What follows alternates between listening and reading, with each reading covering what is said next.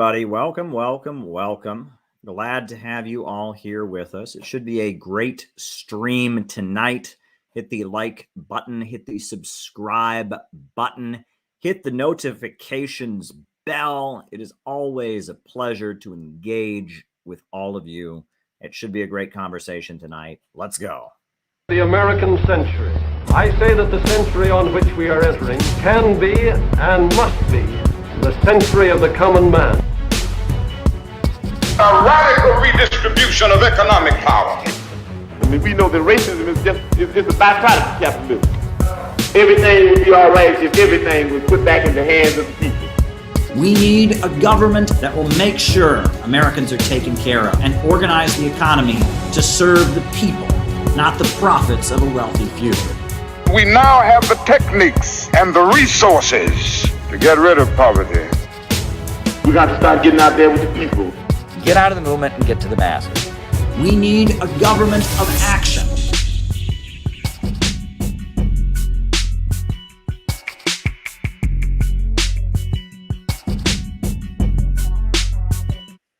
Welcome, welcome, welcome, everybody. So glad to be here with all of you.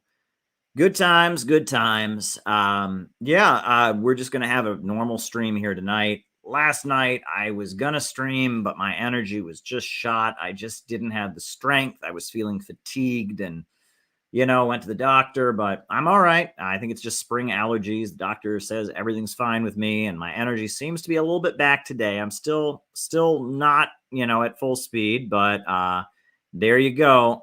So hit the like button, hit the subscribe button, hit the notifications bell. Glad that we're back tonight. Now, the way these streams work is that I generally give my opening remarks. That's where I just talk about what's been on my mind for the night, for the evening. While I do that, I am writing down your super chat questions. So if there's something you want me to talk about in the second half of the show, while I am professing and giving my opening remarks, while I am doing that, just send me a super chat. I'll type it down as it comes in. And then in the second half of our show, I'll start answering them.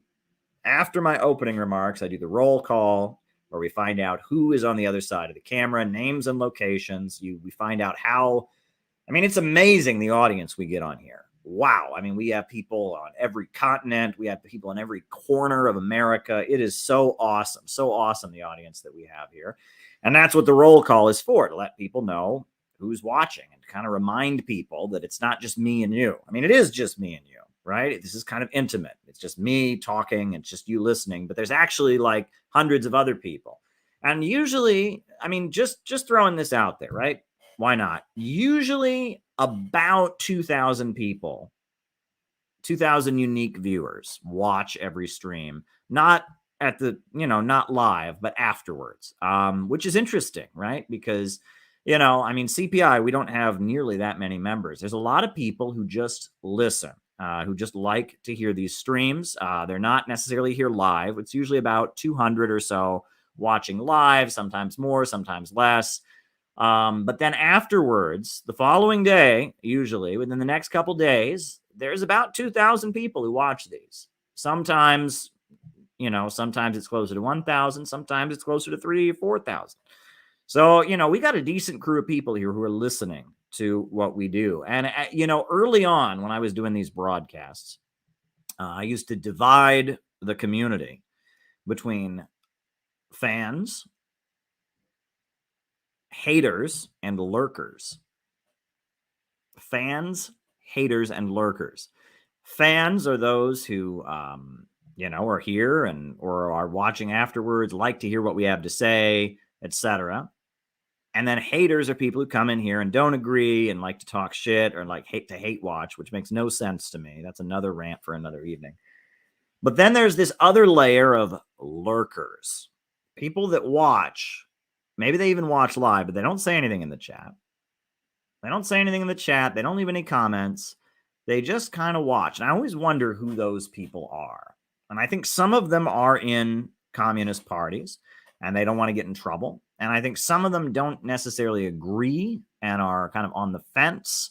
And I think some of them are people that are from different political schools of thought, but are just kind of entertained by the atmosphere here and by the depth of ideas here.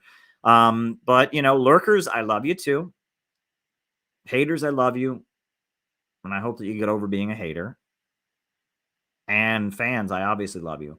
But yeah, it's really interesting. We have our audience here is divided into 3: fans, haters, and lurkers. So the lurkers are the ones I'm the most interested in, because if you're a fan, I know why you're here. And if you're a hater, I know why you are here. But if you're a lurker, I always wonder why the lurkers are here. And I am fascinated by the lurkers. And when I see some of our ideas creep into the mainstream, it always makes me wonder if those lurkers are, there's more to these lurkers than I think. I mean, it could be anybody, right? I mean, it could be random people. It could be people on the other side of the planet. It could be people. I have no idea who the lurkers are. So there we go. Anyway, I'm going to go right into the opening remarks. As I give the opening remarks, I will be writing down your super chat questions. So please ask me super chat questions. Lately, I will just be honest with y'all, you haven't gotten me going in the super chats. Usually the question and answer sections on these streams have been shorter than usual. Usually you guys, some nights you guys just ask me a ton of questions and you get me going about history and my opinion about this. But lately, you guys, it's been, 4 or 5 quick questions. Come on, guys. Come on. Throw it at me. Hit me with your best shot. Hit me with your best shot. Give me something to talk about in the second half of our show. Make it an exciting show. That's my challenge to you. But maybe you don't want to, or maybe you're watching this afterwards and you won't be able to. But hit me with your best shot. That's my advice, because the fans make the show. As always, the fans make the show. I am now going to jump into my opening remarks. Quick couple things. Now, I was not watching the Trump town hall on CNN tonight live. I saw a few clips of it on the internet. But I will watch it live. I think I'm going to watch it and I'll have clips from it to show and responses and stuff. I think that's worth doing. I just, I didn't see the Trump thing live. I was watching people tweet about it, watching little clips. I'll do that later. I saw AOC complaining that it even happened, because how dare the top presidential candidate be given a platform to share his ideas? I mean, that's just so awful. And that's just pathetic, honestly. It's downright pathetic. And then I saw Donald Trump say, when they asked Donald Trump, they said, who do you want to win the war in Ukraine? And he said, I want people to stop dying. It's like, thank you. Why does it take Donald Trump to say that? That is such a pacifist, turn the other cheek, common sense, war is bad answer. That should be the answer of all of our politicians. But because he didn't say anything other than Ukraine, kill the Russians, kill the Russians, because he didn't say anything other than that, there's outrage. It's why does it take Donald Trump, whose whole reputation is being an asshole, right? Because that's what Donald Trump is. Donald Trump is known for being an asshole and being selfish and being condescending and being sadistic, wanting to hurt other people. He took out that ad, you remember, for the Central Park 5 to get the death penalty. He wants to kill drug. Donald Trump is not, Mr. Compassion. He's not Jesus in sandals, healing the sick and caring for the needy. That is not Donald Trump. But yet it took Donald Trump to say, actually, I'm not hoping for one side to win. I'm hoping for people to stop dying. That's heavy. And it's why is Donald Trump suddenly the moral conscience of America? Because he's an asshole, right? I mean, and that's why I'm never going to fully embrace the MAGA communism brand. I wrote a book, I wrote this book, Where is America Going? Explaining the material foundations of the divisions in the ruling class. But I'm never going to go full MAGA communism, because I don't think MAGA communism is a winning brand. MAGA people hate communism. Communist people hate MAGA. And that if you want to communicate with people, if you start with MAGA communism, everyone just goes, "Gah!" I know why they did it. I know why Haas and people like that did it, right? They did it because it would cause people to go, "Gah!" right? And that's how you get attention on social media, right? If you do something that makes people go, ah, then you get their attention. I get it. But it's not serious politics. It's social media performance, right? And the things that are performative and attract attention on social media might do just that, but they are not winning political strategies. So I would never advocate MAGA communism as a serious political strategy. And in this book, I don't do that. But if you really dig into what I'm saying here, and if you watch the little short film I made last night, because I was too tired to stream, I made a short video essay called "Is There Anything to MAGA Communism?" Yeah, I tried to get people to understand the material basis of this, right? Because this doesn't make any sense. But let me scroll up because I've already got a couple super chats here, and I appreciate the super chats. Get me talking in the second half of the show. First one, we got Terry Barnes writing it down. Hold on.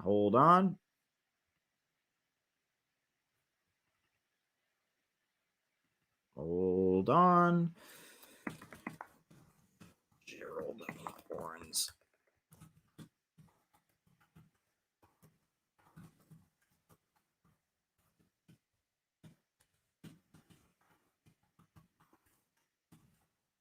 All right. First one. And now we got another one. Very, very good. Okay. Overview of the Great Leap Forward.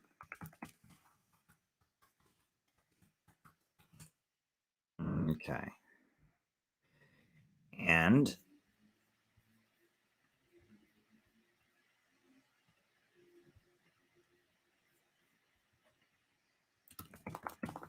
democratic centralism will be viable in socialism with American characteristics. Wrote it down. Very good. Keep the questions rolling in. Because I've got plenty to say. All right. So tonight, I wanted to talk about libertarians. Because, things have gotten really, really weird. And I have talked many times on these streams and in other venues, not so much lately, but over the past few years, I've often talked about my frustration with libertarians, my anger at libertarians, all of that.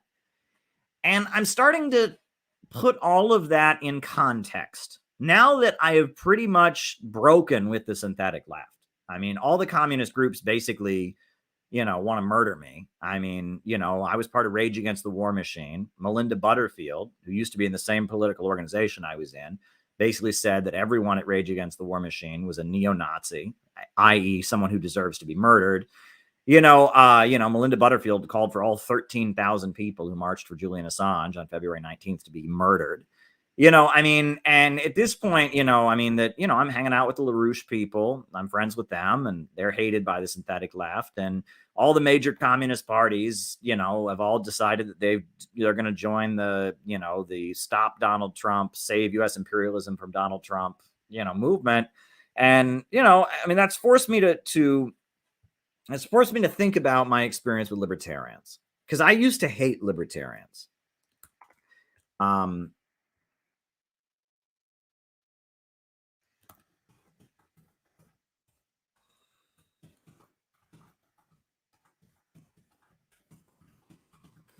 I used to just hate libertarians so much, but I'm forced now to realize that I don't really hate libertarians. In fact, I agree with libertarians on the issues, not the ideology, but on the issues more than anyone, because the burning questions of the moment are Julian Assange, the Uhuru movement, weapons to Ukraine, escalating against China, the Restrict Act, and the libertarians are out in front trying to stop the low-wage police state in World War III, and the so-called communists are supporting World War III and the low-wage police state and calling anyone who disagrees with it racist. I've noticed for a while that there are weird things about libertarians. For example, I went on a podcast like a year ago, and it was a libertarian podcast called Fakertarians. And I mean, honestly, me going on there was pretty weird because I mean, these are like libertarian Antifa kind of people, right? And they had me on there, and it was just that they were all high. They were all smoking pot there on the stream, and they asked me to tell jokes, and it was pretty bizarre. But it was like these cancel culture Antifa libertarians. They had me on their podcast, Fakertarians. You can watch the whole thing. It's on my YouTube channel. And I went on there and I asked them a question, because there's stuff about libertarians that don't make any sense. For example, why do libertarians love China? There is a lot of libertarians, including a lot of Mises Caucus libertarians, who love China. And China has a largely state-controlled economy, and they know that, right? They're not stupid. They know that. And a lot of libertarians love China. And I'm like, that doesn't make any sense, right? I mean, if you're a libertarian, you should love America. You should love the United States, where we have no elements of central planning at all. But in China, where they have a 5-year economic plan, they've got state-controlled banks and state-controlled industries, you shouldn't love it. But I asked them this, and they explained to me that many libertarians like business, they like economic growth, and they believe that some kind of authoritarian state is needed in order to make libertarianism. And I was like, hold up, what? And they think, well, yeah, in order to have real libertarian utopia, in order to have real Ancapistan, you need to have an authoritarian state first to like lay the foundations. And I'm saying, huh? Because that sounds a lot like Marxism. Marxism says we have to have socialism first, so we can eventually have a stateless, classless world of vast material abundance and wealth called communism, the higher stage of communism. And I mean, what does it mean to be a libertarian? That's a good question. I saw a cartoon a few years back. It amused me. It was called like 55 kinds of libertarians, 12 kinds of libertarians. It was funny. I mean, it had, guy who's a Republican who just wants to sound sexier. It has pothead. It has, there's like a million different types of libertarians, right? So I'm going to tell you about my experience with libertarians, which I've been forced to rethink in light of everything that's gone on, in light of my journey through life and everything that's gone on and everything that's gone wrong and everything that is confusing and doesn't make any sense. And as weird as we are, let me just say this. This will be the first thing I say. This will put this in context. There's an essay by Frederick Engels, I believe, called Why There Is No Mass Socialist Party in the United States, or Why There's No Workers' Party in the United States, something like that. And it's a really out-of-date essay. People refer to it a lot, but they shouldn't, because it's a really out-of-date piece. I mean, it's written in like before the U.S. Civil War, I think, or shortly afterwards. And if you read it, the argument that it gives is it says that in the United States, the labor movement in the United States, like prior to the Civil War, like mid-1800s, wasn't particularly strong, because if a worker was in a factory and he was being mistreated on the job, he didn't form a union. He just went west and got his own land and became a small independent farmer. Right? And that there was this land that was available out west, and that working class people who felt mistreated on the job, who felt that they were being mistreated, there was a lot of propaganda, go west, young man, settle the unsettled territory. And that part of what drives, and this is very interesting, part of what drives the labor movement is not simply economic woes, but there's also a freedom aspect. Right? That it's also the worker wanting to not get pushed around. It's the worker wanting to have dignity, the worker to not be humiliated and degraded by his boss, which is a very important point that people often forget, that it's not simply he wants 2 cents more an hour. He also wants his boss to have to respect him. He wants his boss to have to negotiate with him. He doesn't want to have to beg for 2 more cents an hour. He wants to be able to say, I've got a contract, you owe me this, right? So it's about the dignity of the worker in addition to about the economic struggle of the worker. And that in the United States at that time, if a working class person didn't appreciate the way their boss was treating them, they would go west. And so they didn't form a union. And so that held back the labor movement. And that wasn't the same in Europe. And I think that's a very interesting observation. A couple more super chats. Much appreciated. Writing them down. All right.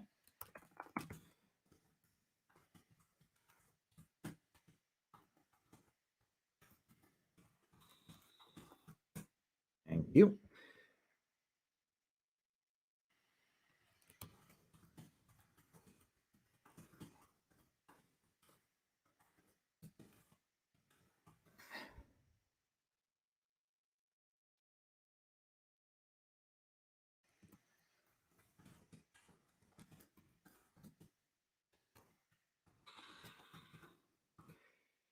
So there's that.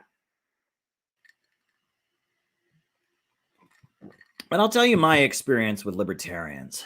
I knew about the Libertarian Party, right? It was just another third party. I remember Jesse Ventura. I actually ended up working with his son at RT, which was kind of neat. His son was a really neat guy on RT. He had a show called Watching the Hawks. And when I was in DC, I used to hang out with Tyrell Ventura. That was pretty cool. And Jesse Ventura was the governor of Arizona, or no, the governor of Minnesota. And he called himself a libertarian, former professional wrestler, Vietnam veteran, and a dissident. And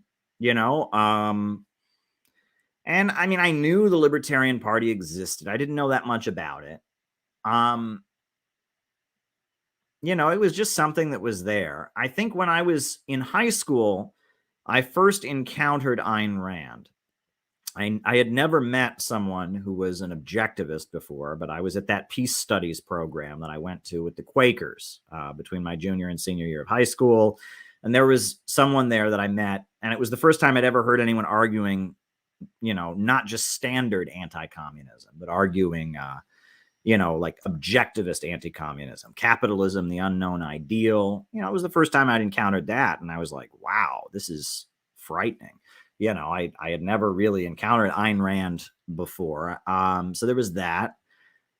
But then my real experience with libertarians happened in 2008. I was a college student, right? Graduated high school 2006, 2007 was my first year of college. 2008, my second year of college. That was the year that I joined the Workers' World Party. I joined in 2007, and then 2008 was like my second year in the party. And 2008, the summer of 2008 was the 2008 election when Barack Obama was running for president. And I remember, came back to campus, was in college. I'd been in Detroit all summer organizing against home foreclosures, had worked with a nonprofit in Detroit to fight against home foreclosures, had worked with the party in Detroit to fight home foreclosures. Came back to campus, and we were getting ready for the 2008 election where Barack Obama was going to win in a sweep. And everyone kind of knew Barack Obama was going to win. It was very unlikely that McCain would win. And around the time of the 2008 election, all the Republicans on my campus suddenly became libertarians. And it was really obnoxious for me because I had been arguing with these people, these very same people, and I would argue with them about the war in Iraq. And they were saying we have to support our troops.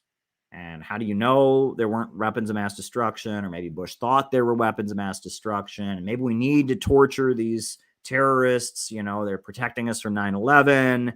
And, these people were just the most authoritarian neocon conservatives, right? Being against the war was disrespecting our military. Torture under Bush was fine. They were just your typical neocons.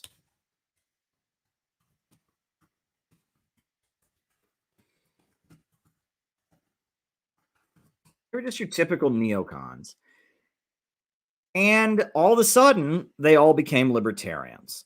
And, the Tea Party got going like shortly after Barack Obama took office. And it was just infuriating to me because they all just became libertarians. And I was like, I was frustrated because I'd been arguing with these people for a long time and saying that the wars were bad and saying that the torture was bad and saying that the Patriot Act was bad. And these people had never questioned any of that. And then suddenly Barack Obama got elected and they were suddenly against the wars. Great. They were against the torture and government repression. Great. And the wars and the torture are all communist. And I'm like, no. The wars and the torture are not all communist. No, it's all communist. We need to have small government. We need to privatize everything. And the annoying thing about these Republicans that suddenly were born again libertarians, the annoying thing about them was that they all thought it was deeply, deeply profound. And that was what also frustrated me, right? They all like discovered economics and like the law of supply and demand. But for them, it was like this new, amazingly profound economic theory that they had.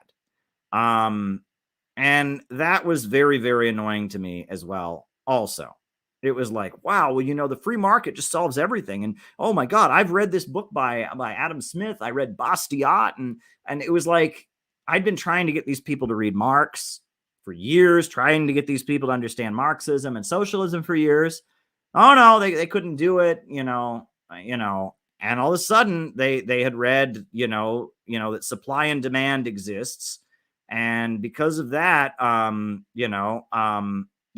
because they understood supply and demand, they had this amazing understanding of economics. And it was just really, really, really annoying to me. But what was even more annoying to me than the libertarians, and I was really angry with the libertarians because I'm like, I've been trying to get you guys to think for a long time and you guys wouldn't think, but then you just got permission from Fox News to think. And now that the Republicans are out of office, the Democrats are in office, all of a sudden you're concerned about freedom and liberty and blah, blah, blah. But what also annoyed me was the response of the communists, because I was selling newspapers every day on my college campus. I was putting up communist posters and literature every day on my campus. I was building whatever protests the communists were building at the time on my college campus. And I was telling the old communists I was working with, we have a big problem here because these people are waking up and turning against the wars, but they're waking up and turning against the wars and turning against the government wrong. They're waking up and turning against the wars and thinking the wars are communist. They're waking up and turning against the wars and saying the answer is real capitalism. And it's infuriating.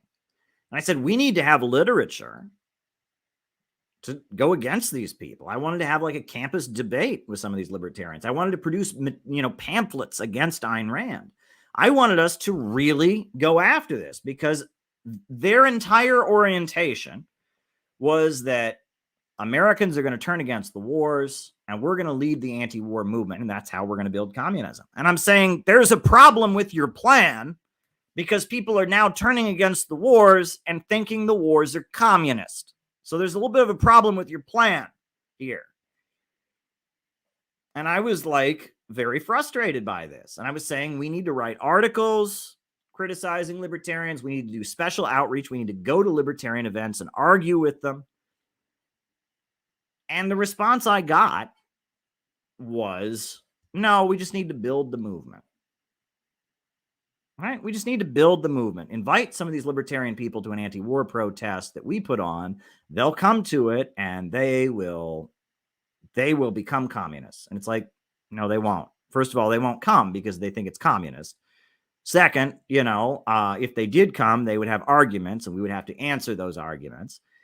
And it was just this assumption, well, you just got to build the movement. You just got to build the movement. And it's like, no, like there are people that are against the establishment in the United States, that are against the military industrial complex, that are against, the deep state. People weren't talking that way back then, and they have this other ideology. And when there is another ideology out there that's scooping up people who should be on your side, you then have an obligation to engage in ideological struggle. You need to debate them. And I did this constantly on my campus. But I was constantly being told by the old communists I associated with, that's not important. No, ideological struggle is not important. It's not important. It's not important. Ideological struggle is not important. No, we just got to build the movement. Just build the movement. And I look back on that and I'm angry. And the reason I'm angry is because I know what that was about.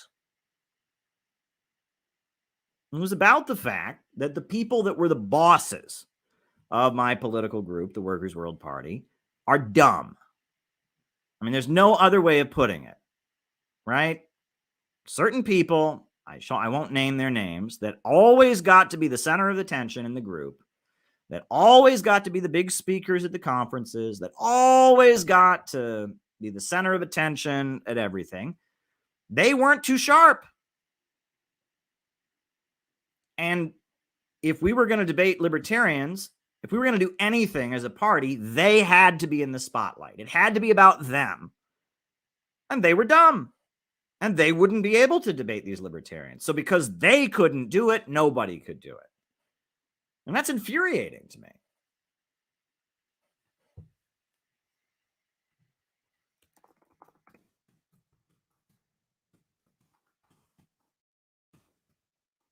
It was just downright infuriating to me. And then there was this belief, like they didn't believe me that people were becoming libertarians.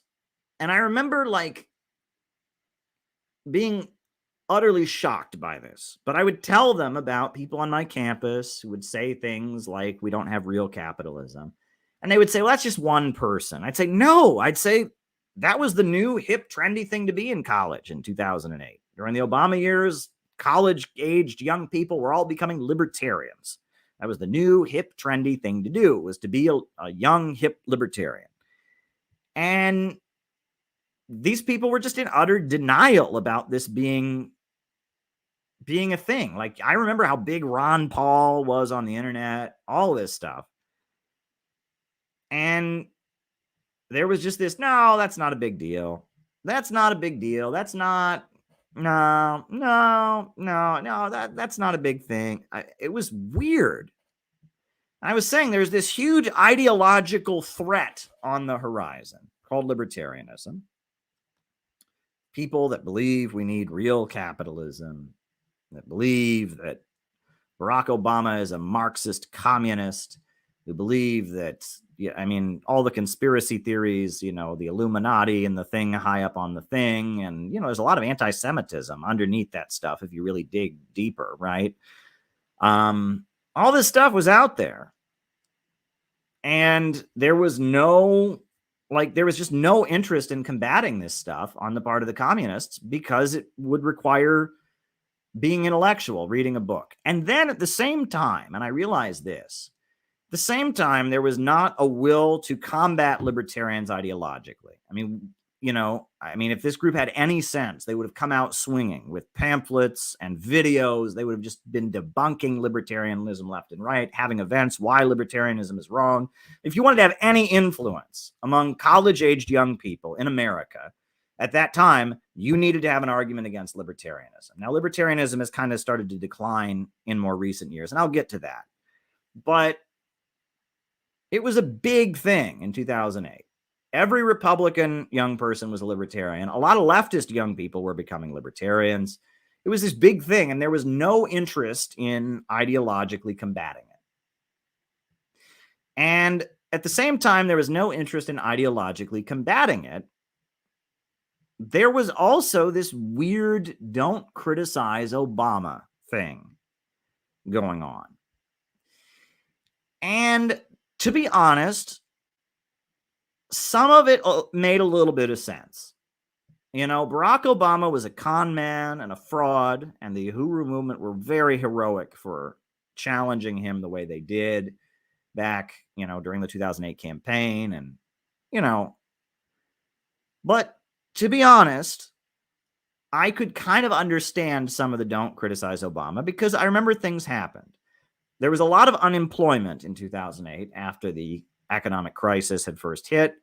And I remember we had a protest, in a black neighborhood, and it was a largely black demonstration, a march for jobs that we called. It wasn't very big, maybe 30, 40 people, a protest, demanding employment. And I remember this black woman pulled up her car and was very angry with us for protesting. Where were you all when Bush was in office?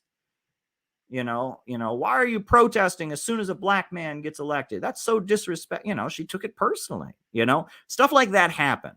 People would say things like, give Obama time. That was a really common phrase in the black community. Give Obama time, and that there was a feeling in the black community that, if you criticized Barack Obama, you were attacking the black community. That was real, but that was just wrong. And I think about that now, and I realize that there's a difference between not saying something that's true, because we should have been criticizing Obama. We just didn't have to be a dick about it, right? If somebody says, where were you all when Bush was in office? You can say we were doing the same thing. And, Barack Obama, we respect his right to be president. We don't have to, spit on him and burn him in effigy, but we should have been criticizing Barack Obama from the beginning. And there was this notion that because the black community identified with Obama, if you criticized Obama, you were being racist or something. And it's like, no, you could criticize Obama. You just didn't have to be an asshole, right? Like that was the main thing, but we should have just been honest with people. Right? We should have just been honest with people. Like, when people said, do you support Obama? We should have said, no, we don't support Obama. When people asked us, I was in the Workers' World Party, they asked us, do you support Obama? We would go, yeah, victory over racism, blah, blah, blah. It's a historic moment. No, we should have just said no. We should have said it politely. We should have just said no. No, we don't support Obama. We should have just said, well, we don't support, the Tea Party. We don't support the people attacking Obama that way, but no, we don't support Obama. We think his policies and the Democratic Party is a dead end for the working class. That's what we should have said. But there was this orientation that came from above that, like, you couldn't say you didn't support Obama. Like, it was weird. And that was kind of the beginning of the end. I realized that now I see what's going on with the synthetic left and how the left has now become what it's become. And like, that was the beginning of it. When we were being told, don't criticize Barack Obama, if someone asks you if you support Obama, you just got to go,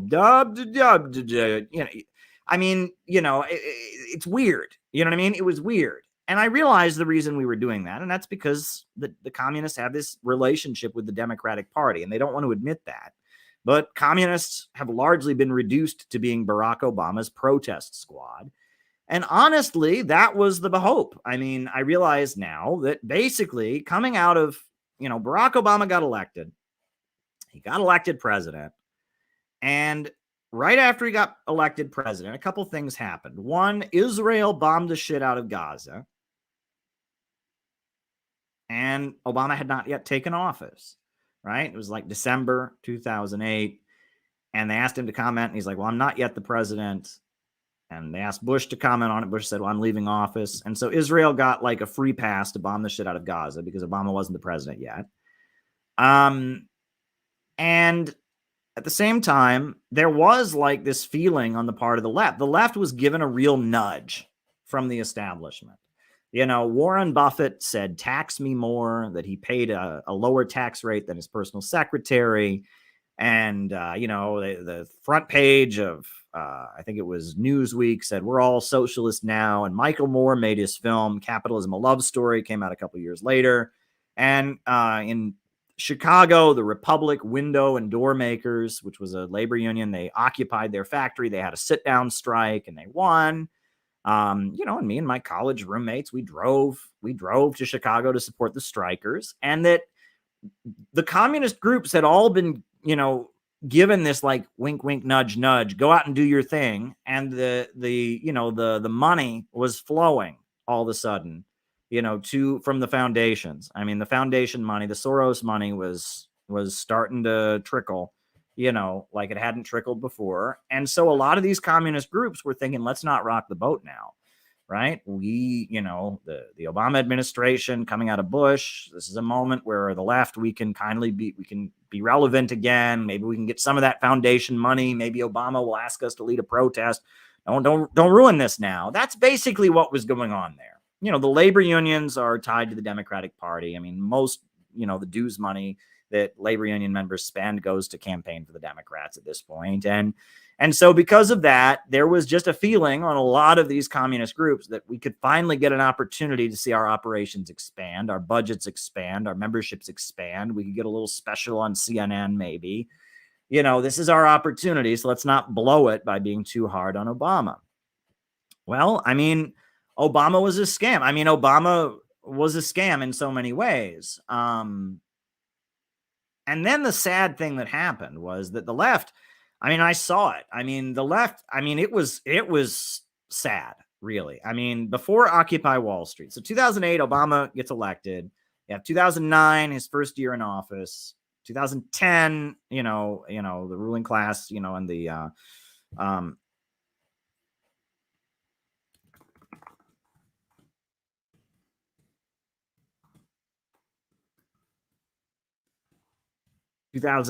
2010, the Tea Party wins a sweep in Congress, and you had the healthcare fight around the American Affordable Care Act, and that got the right wing all riled up, and that enabled the Democrats to then water down Obamacare into completely nothing. I mean, it was awful when it started, but they got rid of everything in it that would have made it good at all. The right wing got fired up like it was communism. I mean, they were convinced it was going to be full communism, full government controlled healthcare. It was going to be full government controlled healthcare. And if you actually read the thing, it wasn't that at all. But then the right wing were fighting it. And so then the left got into this mode where we have to defend it. And it's like, why are you defending a law that, in except for like getting rid of, anyway, I'm getting bogged down in all this history, but, so it got bad. So then, 2011, ultimately, the Occupy Wall Street forces came in because the left had completely failed. But 2009, 2010, the various communist groups, which were the traditional left in America, were kind of being given permission to go do their thing. And I remember this. There was the U.S. Social Forum. They did one in 2007 in Georgia, in Atlanta, Georgia. I went to that one. Then they did one in 2010 in Detroit. I went to that one. And the foundation money and all the communist groups were there. And I mean, Michael Moore made a movie condemning capitalism, and, Marx was right, was being said on TV. And, I mean, it was MSNBC all in with Chris Hayes, had segments with Wallace Shawn about why socialism is better than capitalism. But, and it was like they were a section of the ruling class wanted Obama to impose some kind of Bonapartist reforms to stabilize capitalism. And they knew that the Tea Party and the lower levels of capital were going to get in the way. So there was kind of a nudge to the communist groups to go out and do their thing. And the communist groups were so bad at what they did that the ruling class just finally said, oh shit. And they brought in the color revolution apparatus to do Occupy Wall Street. I mean, they brought in a bunch of Otpor people from Eastern Europe, people who'd been involved in the overthrow of Milosevic and in Serbia, and Occupy Wall Street was it was like the color revolution people. They called up color revolution people from Eastern Europe and brought them in, and had David Graeber, this weird professor, be their leader. And I mean, it was because the communist groups had just completely failed. I mean, they were not capable of doing it. I mean, the Communist Party USA was very visible. They were very visible at that point. And who else? There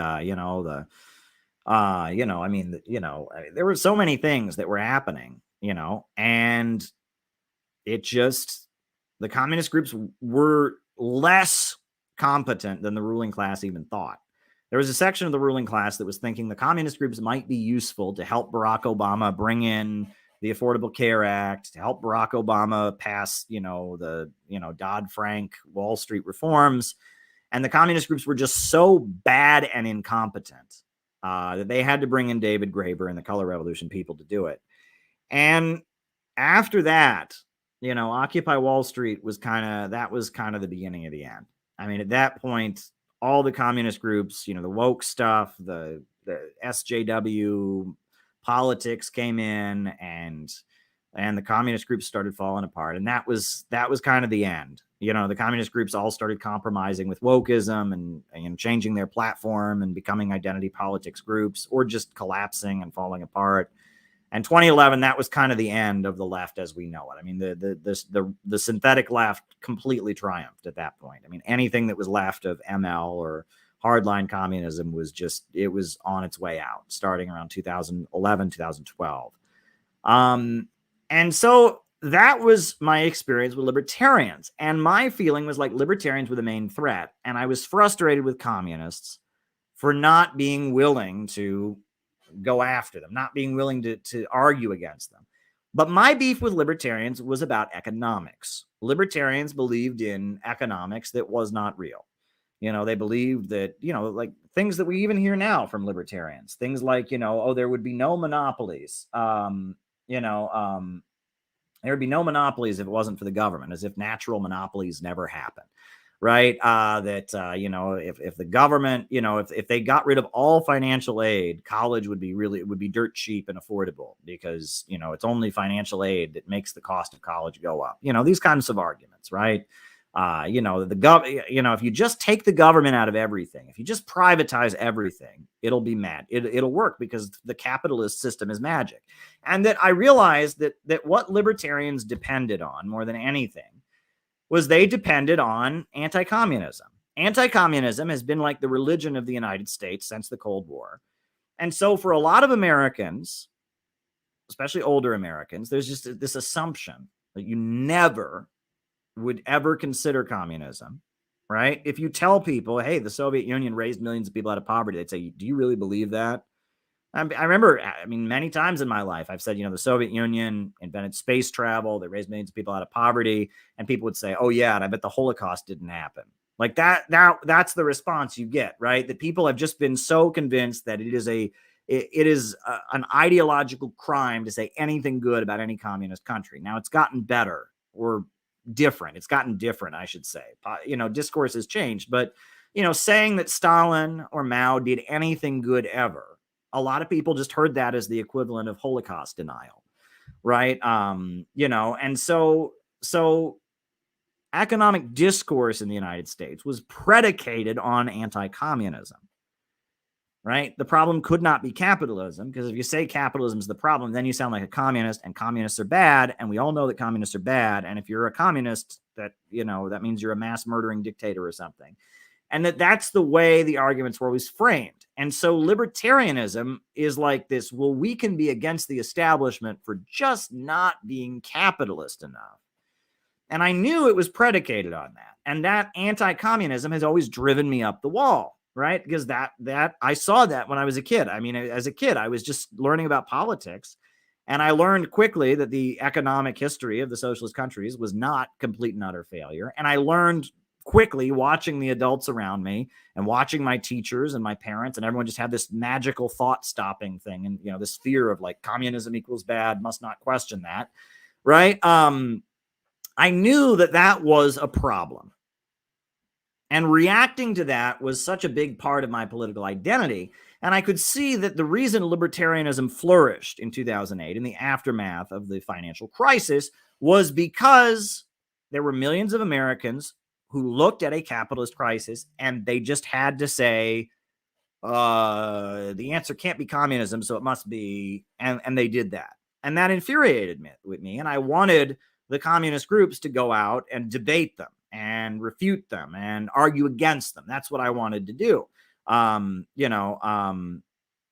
wanted that to be done. And so, I can see why, at the end of the day, my frustration wasn't really with libertarians. My frustration was one with it was one with anti-communism, because there wouldn't have been an upsurge of libertarians if it wasn't for the anti-communism. And I knew that, right? It was like, the anti-communism was still so embedded in the population. It was so embedded in the population that millions of Americans saw a capitalist crisis, but they were just like, there has to be a way. This can't be a problem with capitalism, so it must be. And libertarianism was like this filler. And that infuriated me, number one. Number two, I was frustrated with the communists because the communist groups had no ideological response to the libertarians because they were, sucking up to Obama at the end of the day. But this brings me back to my original point, which is, first of all, I will say there is one strand of libertarianism that is evil, right? There's one particular strand of libertarianism that is philosophical irrationalism. It's the Ayn Rand stuff. It's objectivism. Ayn Rand is Friedrich Nietzsche for dummies, right? Nietzsche was a philosopher in Germany in the 1800s. And he, unlike many of the people of his time, he started arguing that capitalism was good because of the fact that, the weak rule over the strong. He thought imperialism was great. He thought we were shedding our morality. And he believed, he had this concept of the Übermenschen, the superior person who doesn't conform to society's rules. And it's this belief that right and wrong don't really exist. Might makes right.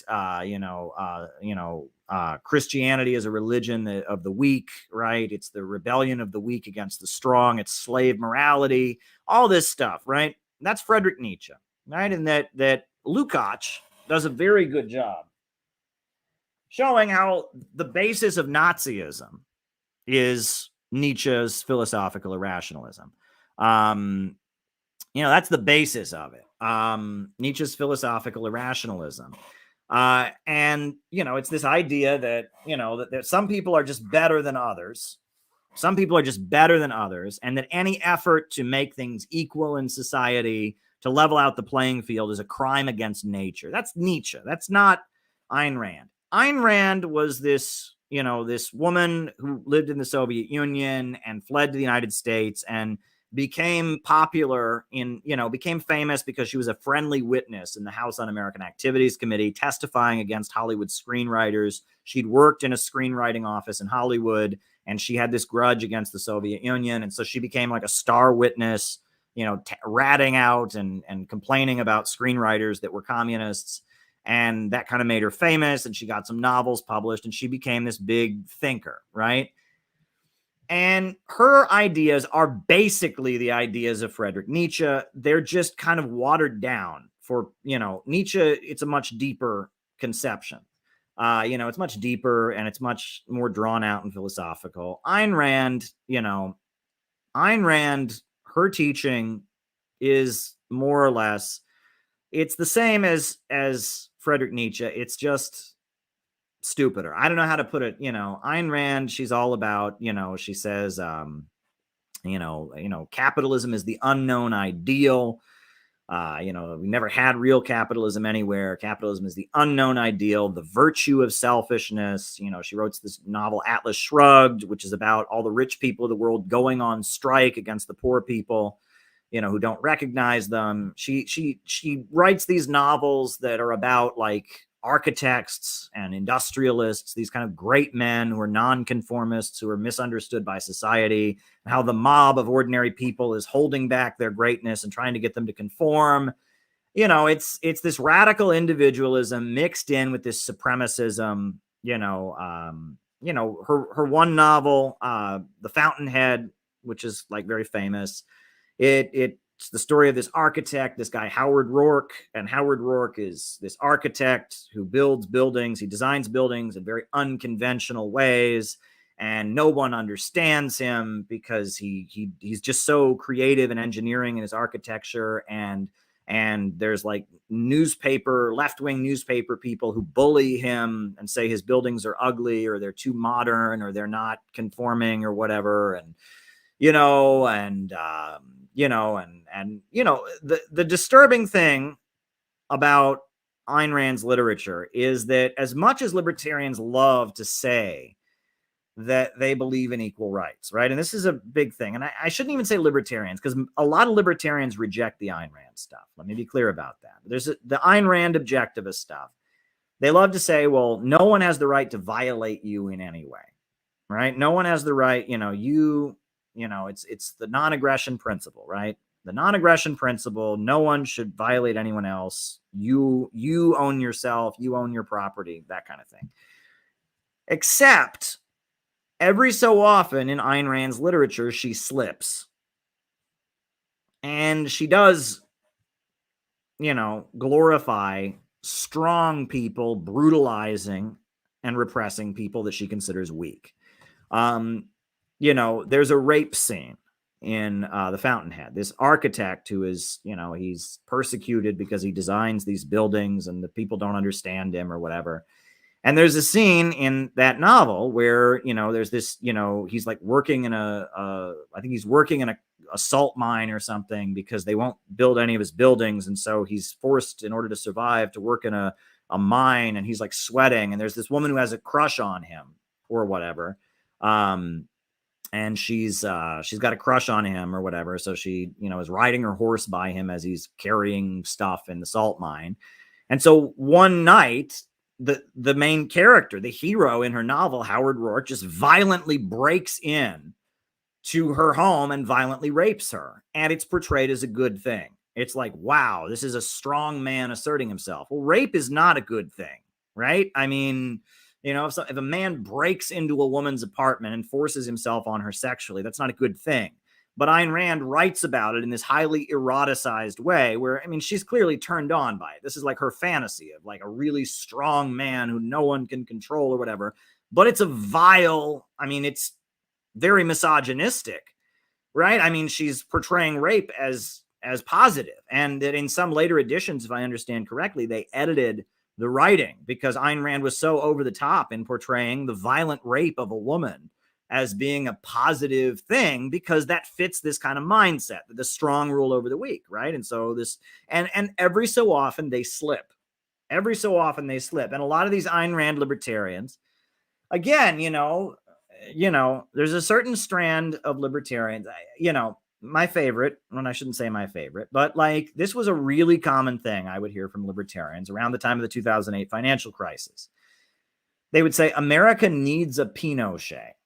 I heard that all the time. Well, Pinochet was a brutal dictator who murdered thousands of people. He rounded up 20,000 people in a sports stadium the first day he seized power in a military coup and killed them. But you get libertarians who say, well, he created a free market economy. That was necessary, right? Well, communism had just been so embedded in Chile before that, it was necessary. And that some of these objectivist libertarians, when it really gets down to it, they think communists should be murdered. Right. And they're open about that. They won't admit that. They say, well, everyone has the right to be who they are. But then they have T-shirts that like they have pictures of Pinochet on their T-shirts. They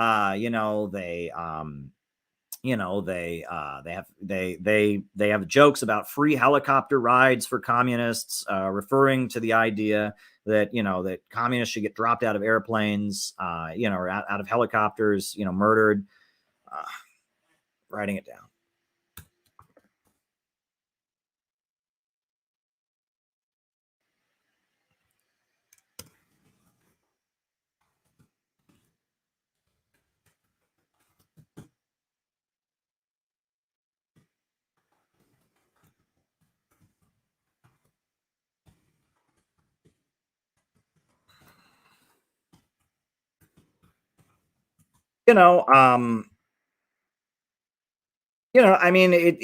There is a kind of mean streak to a lot of libertarians where, the idea of, killing leftists, killing communists, murdering communists, the idea of, poor people losing all their food stamps and all of that, and then starving on the street kind of gives them a thrill. They want to beat up on people that are smaller than them.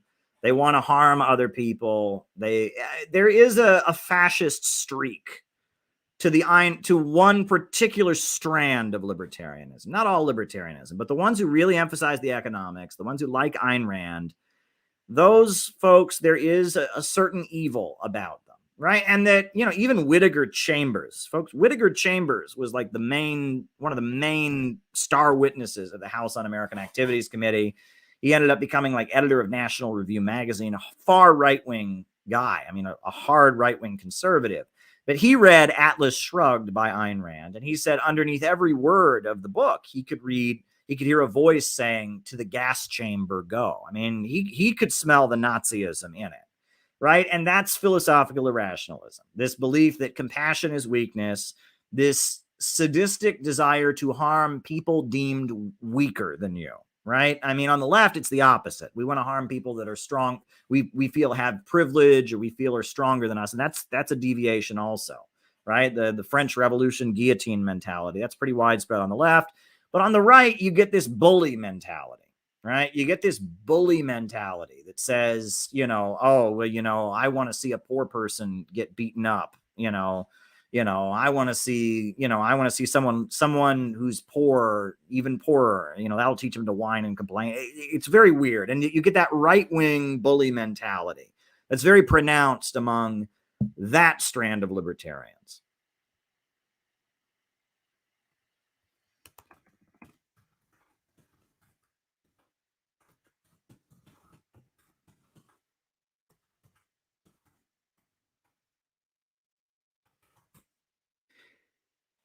That exists. So I mean, but when it really gets down to it, and this is the weird thing about all of this, right? Is that what does it mean to be a libertarian anymore? Because all of those scary libertarians are now Republicans again.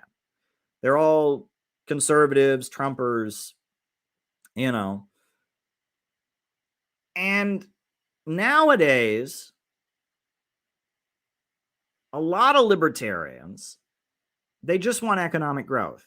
If you really talk to them about what they want to start a business. They want economic growth. They want to go out and do their own thing. They don't like the government, and they don't like the left.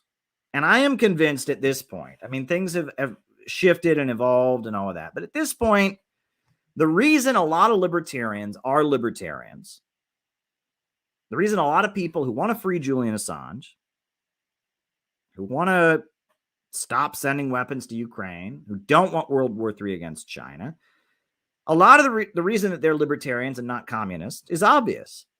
Because most communists in the United States don't want to free Julian Assange. They think he's racist. He tweeted one time and he associated with somebody, and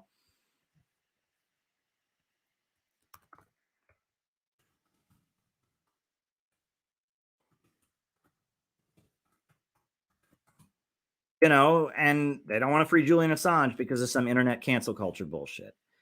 Most internet communists, most people claiming to be communists, want to send more weapons to Ukraine. I mean, PSL is neutral in the war in Ukraine. That's something, right? Most communists are on Ukraine's side. They're on the side of NATO. The Communist Party USA ran an article in People's World saying that NATO, or said that Russia was the greatest threat to Europe, not NATO. It was written by John Bechtel, who's a very high-ranking member of the Communist Party. And most of the left has been so infected with the idea that America is spreading LGBT and trans rights all over the world. And, all these governments around the world that are anti-imperialist are all Nazi, crypto-fascist, whatever, because they don't talk about trans rights and all of that. And that I think a lot of people look at the left, or the so-called left, and it sickens them. It honestly sickens them. And when it really gets down to it, the essence of Marxism is economic growth, right? If you read, I've read it to you all many, many times, Critique of the Goethe Program. Critique of the Goethe Program. Go and read it. Read what Karl Marx says about the highest stage of communism. What is the highest stage of communism? Again, I didn't say this. Karl Marx said it.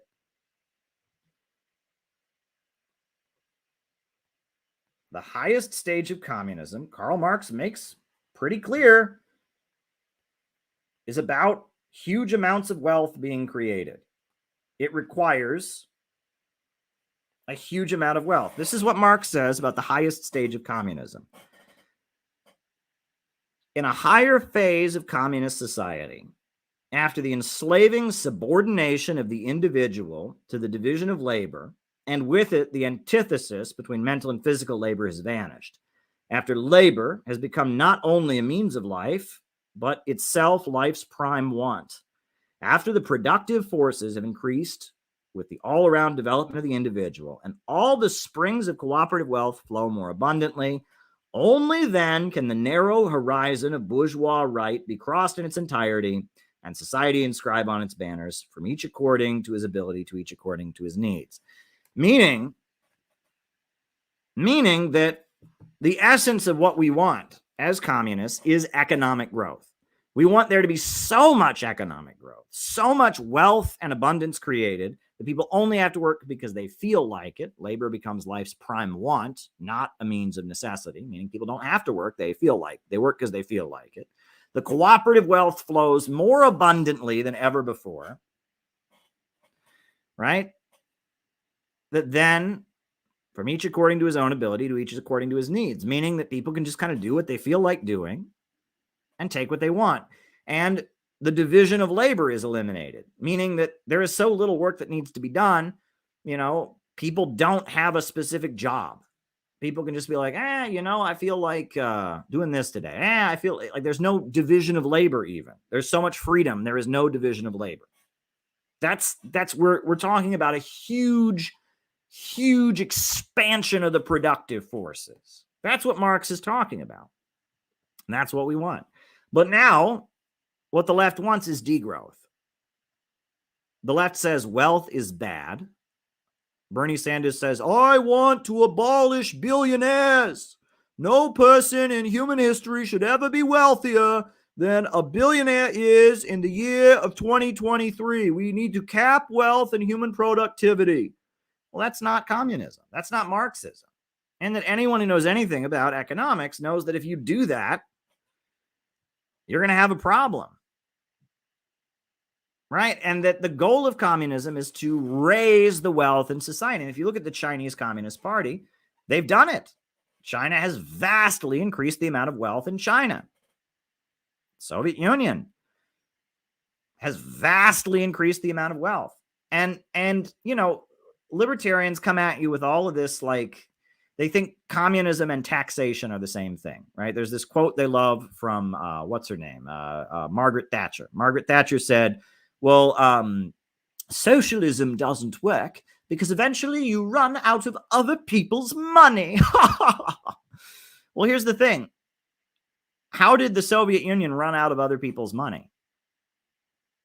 How did China run out of other people's money? Like, if all Mao and the Chinese Communist Party had ever done was take money that already existed and redistribute it, China would still be dirt poor.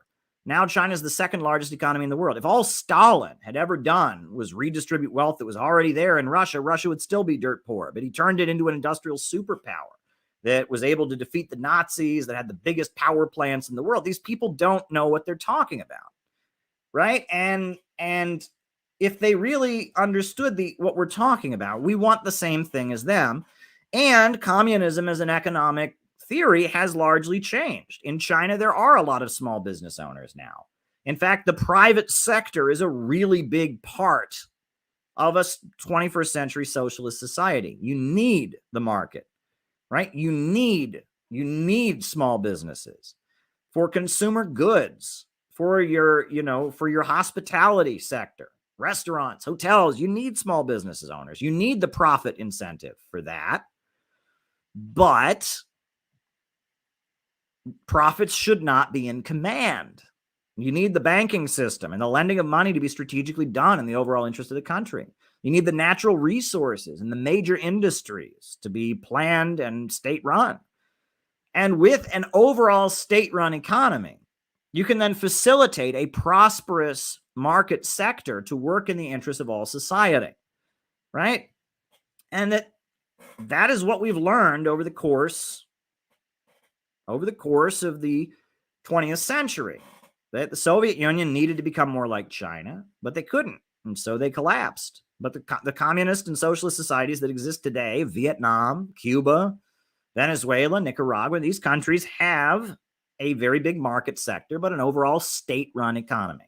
And that's how they have flourished and had huge amounts of growth, is by the creation of a middle class. So we don't want to get rid of small business owners. We want them to flourish. We want them to become wealthier, but we want to have an overall state central plan to make sure that they get wealthier as society overall gets wealthier. They don't get wealthier by making everyone else poor. And that's what we have in the United States. The rich people in the United States get rich by making everyone else poor. They get rich by setting up prisons for profit. They get rich by pushing doctors to overprescribe opioid medications. They get rich by setting up military contracting companies so that people can go die overseas. They get rich by bombing the hell out of Iraq and bombing the hell out of Libya.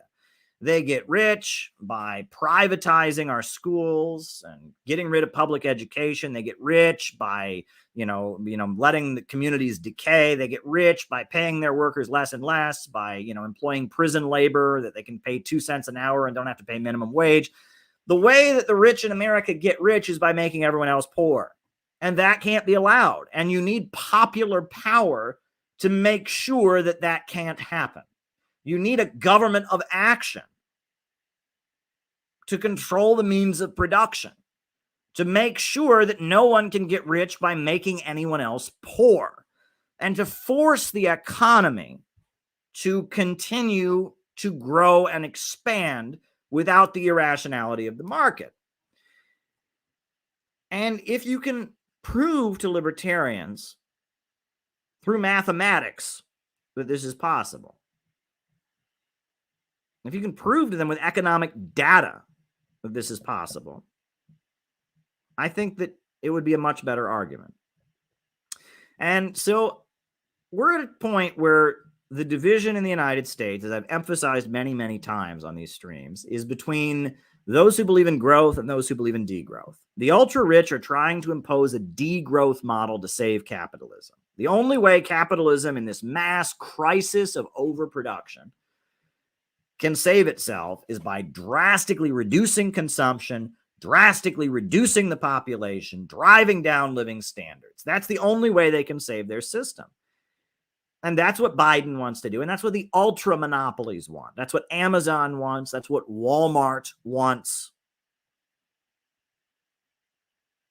That's what Silicon Valley wants. And the lockdowns were very convenient for them. It was a great example of what they want.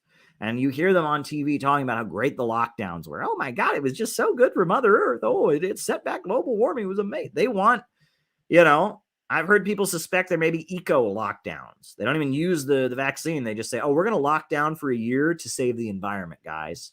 So get used to having less. I mean, it's evil what they're doing. And it's fascism in its essence. It's the same kind of thing that Hitler did in Germany. When you force women out of the workforce, when you set up an underclass of concentration camp inmates who work as slaves, you drive down living standards, right? I mean, that's the essence of fascist economics, and that's what the so-called left wants. But there's a number of capitalists in the United States who don't want that. They just believe in the free market. They just say, no, keep the government out. Let me go get rich. No lockdowns. I just want to get rich. Leave me alone, please. No, I'm not going to accept the lockdowns. No, I'm not going to accept your environmental regulations and degrowth. No, I just want to keep making money. It's not ideological. They just want to keep making money. And right now, most of those folks put forward libertarian economic ideas. They say, look, the people trying to regulate are the ultra-rich that are in bed with the ultra-monopolies and the government, and they're going to try and put us out of business, crush the lower levels of capital, and we just want the government out. But if you look at what Donald Trump is saying with the quantum leap, do you remember that with the quantum leap? Oh, Garland Nixon in the house. We love you, Garland. Garland is awesome. He just interviewed Jyoti Brar. I understand he's going to be talking to Harpal Brar pretty soon. We love you, Garland.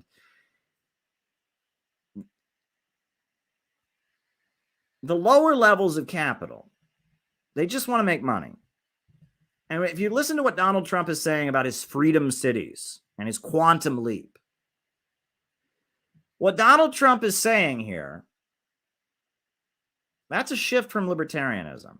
right? Libertarianism is the government keeps its hands off. Cities just arise naturally. The market, if we need a city, the market will create it, right? That's what libertarians are supposed to believe, right? If we need a city, the market will create it. But Donald Trump isn't saying the market's going to create it. He's on there. He's like, I will make new cities. We need new cities in America. I will do it. We are going to build. We are going to light up the frontier. Quantum leap. Donald Trump sounds like a socialist, right? Model cities. That's what they've been doing in China for a long time, right? I mean, that was Deng Xiaoping. That was like his staple. He built a model city. And now, you've got the Saigon new area. That's pretty big. That they've got in near Beijing. You've got, Xi Jinping's model city that he's creating. And it looks like one way or another, the lower levels of capital that still believe in growth are going to recognize that it's not enough to say government hands off. It's not enough. Not enough. It's just not enough to say government hands off because we're too weak. Instead, we need a government that fights for us against the monopolies. That's what we're going to need. If we are going to defeat Jeff Bezos, if we're going to have any chance of surviving amid Jeff Bezos and the Walton family and the tech monopolies' attempts to just crush us, if we're going to have any attempt at surviving, we need a government that's on our side and punches back, right? It's not enough to just say the government keeps its hands off. We're going to need a government that punches back. That's what these lower levels of capital are going to realize. And I think when Donald Trump is talking about freedom cities, he's starting to, appeal to that in his base. However, if you want a government that punches back, I'm telling you, the lower levels of capital are not strong enough to do it on their own. That's what we're learning. I mean, at this point, the ultra monopolies have the upper hand with Facebook, with Twitter, with the social media, with the, the way that they're not having debates and censoring people. The lower levels of capital are getting weaker and weaker every day. The only ones that can save them are the working class. I'm just telling you, the working class, the majority of the American people, the working class, they're the only ones who can really save the lower levels of capital. Those of us who sell our labor power for a living, the proletariat, we are the only ones who have the ability to team up with the lower levels of capital to defeat the ultra monopolies. I mean, that's just how it is. And so we're going to need some kind of anti-monopoly coalition. And that's what William Z. Foster and the Communist Party talked about for years. They talked about an anti-monopoly coalition or an anti-monopoly government where the small business owners and the working class and nationally oppressed communities, the Black community, anti-war forces teamed up in an anti-monopoly coalition to defeat the power of the ultra monopolies. That's what William Z. Foster and the Communist Party used to call for. If you read what the Communist Party used to write about, they called for an anti-monopoly coalition. And I think the sentiments that are largely present in a lot of libertarian circles could eventually lay the basis for an anti-monopoly coalition. We're not there yet. I'm not a MAGA communist because, Trump was an awful president in many ways. I mean, he killed Qasem Soleimani. He brought us to the brink of World War III with Iran. His policies, against Cuba were awful. And, the way Trump kind of got the economy going was through deregulating. He deregulated in a lot of ways. And I mean, again, that's against the degrowth policies of the ultra monopolies, but it's just kind of protecting the rich. But if the lower level of capital came to the conclusion, and they will come to it kicking and screaming, that they had to have the unions and the working class on their side, and that they had to build a united front to kick the ass of the big monopolies, that is how we could actually see socialism in America. That's how we could actually see the United States move in a good direction. And we saw the beginning of that with Tucker Carlson having Jimmy Dore on, with the Rage Against the War Machine rally that happened in February 19th in Washington, D.C. We're seeing the beginnings of an anti-monopoly coalition. And it's difficult and it's not easy. But I'm at the point where I realize that I have way more in common with libertarians when it comes to how I understand world events and then they're happening than I do with most so-called leftists. And I also want to add this, and I've said this many times, but this needs to be pointed out, right? I've studied the history of the 1930s obsessively. I've studied the history of the Communist Party. I've studied the history of the fascist movements of the 1930s. And I made this point recently, and this point must be made because I think this is something we have to be aware of about the times that we're living in.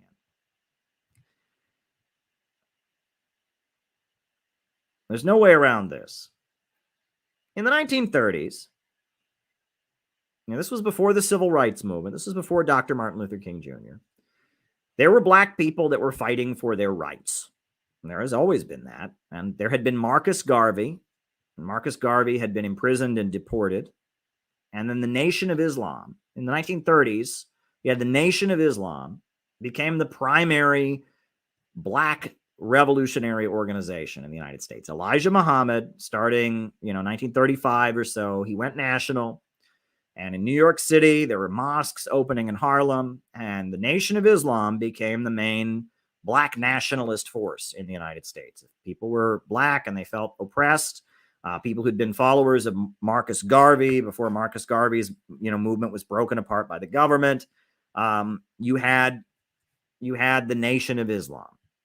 But we know the Nation of Islam, they did not feel that Japan was somebody that black people should fight against.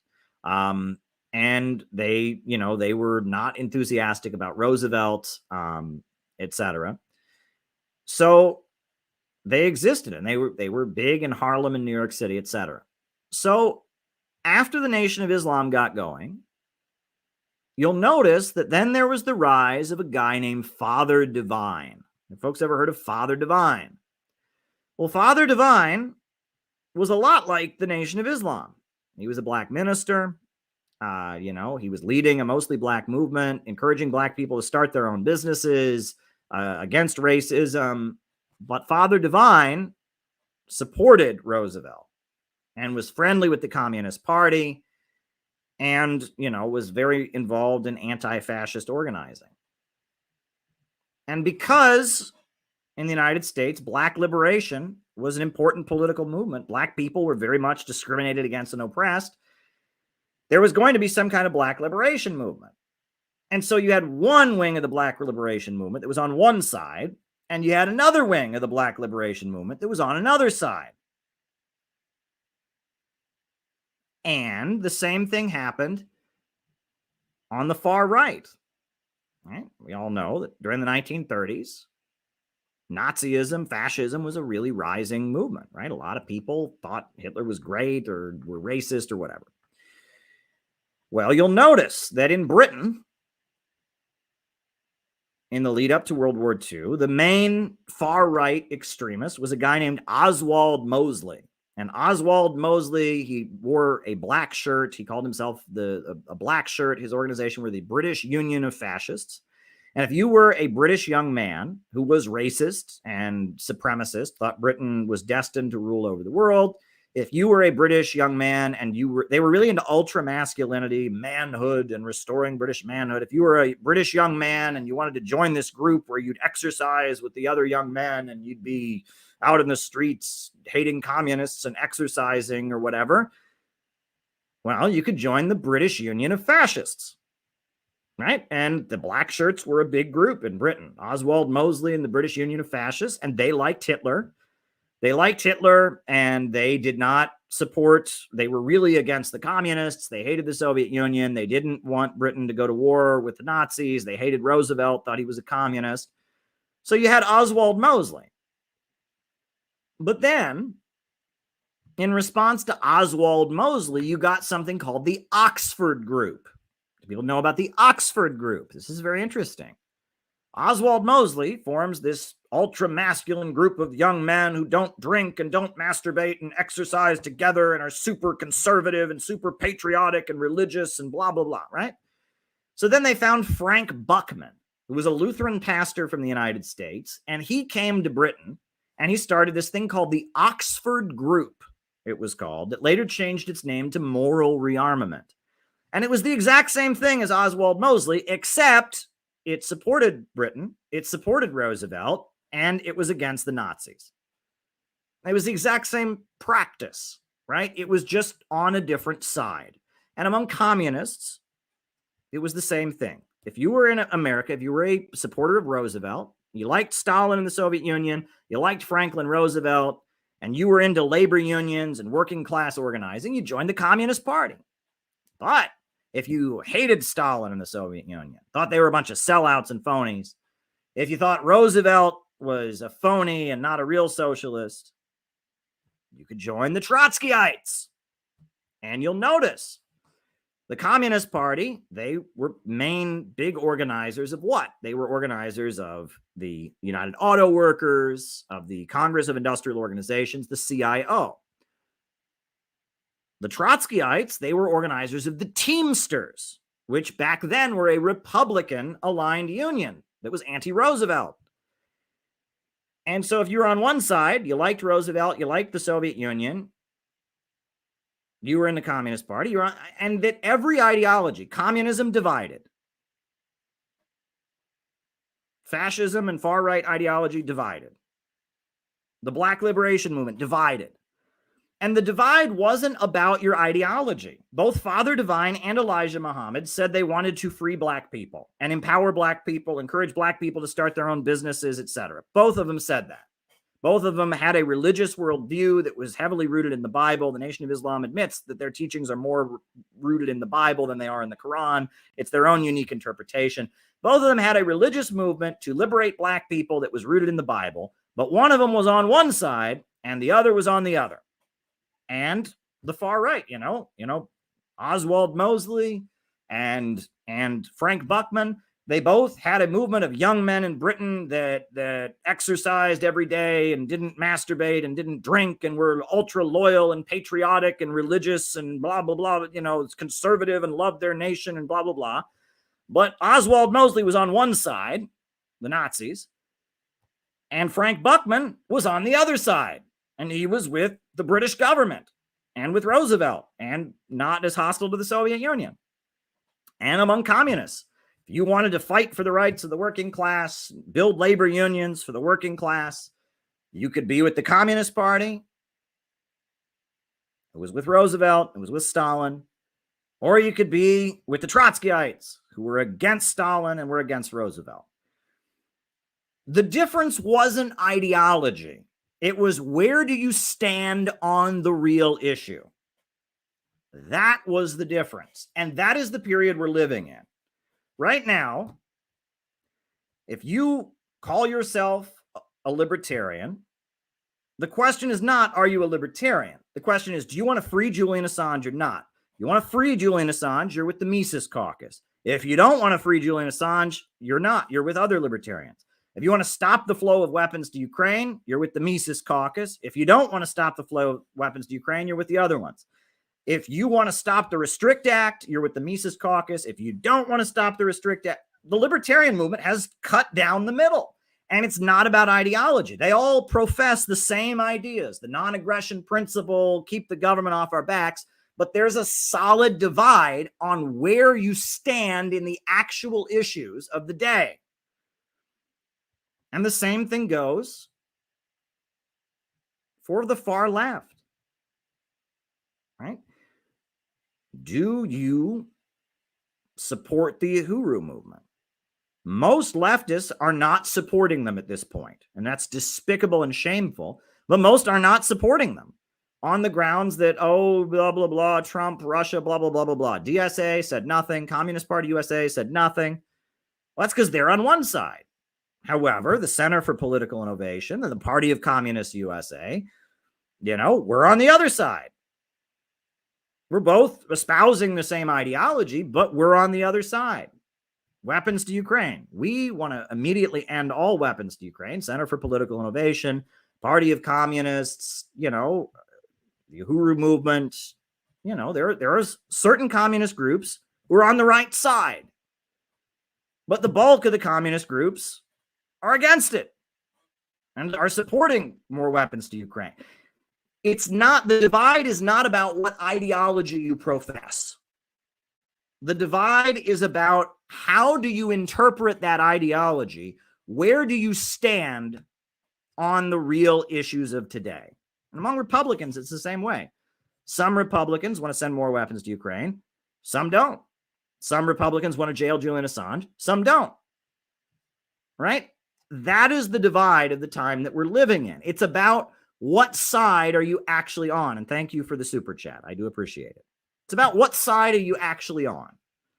That's the question. And if you study the history of the great capitalist crisis of the 1930s and the Great Depression, you realize that. You realize what the fight between Father Divine and Elijah Muhammad was about. You realize what the fight between the Communist Party and the Trotskyites was really about. You realize what the difference between Oswald Mosley and Frank Buckman is about. And you realize that when there are divisions in the ruling class, which there was a very big division in the ruling class between Roosevelt and the National Association of Manufacturers, between the people who were sympathetic to the Nazis and the people who were sympathetic to the Soviet Union and Britain, there was a divide. And when you have divisions in the ruling class, these kinds of movements become vehicles for expressing the desires of those different factions in the ruling class.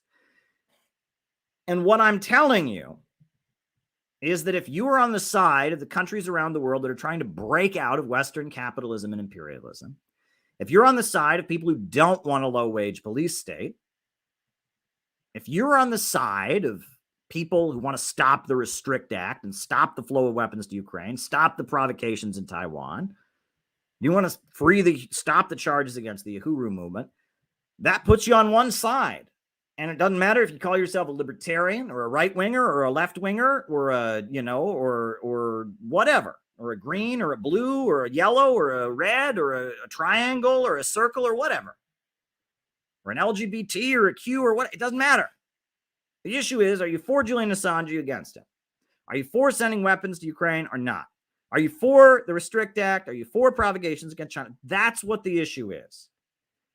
And that ultimately, if the right side that wants to stop World War III, that wants economic growth, that wants to prevent the low-wage police state, if that side is to prevail, it's going to need a government of action. It's not enough to just say, government, keep your hands off.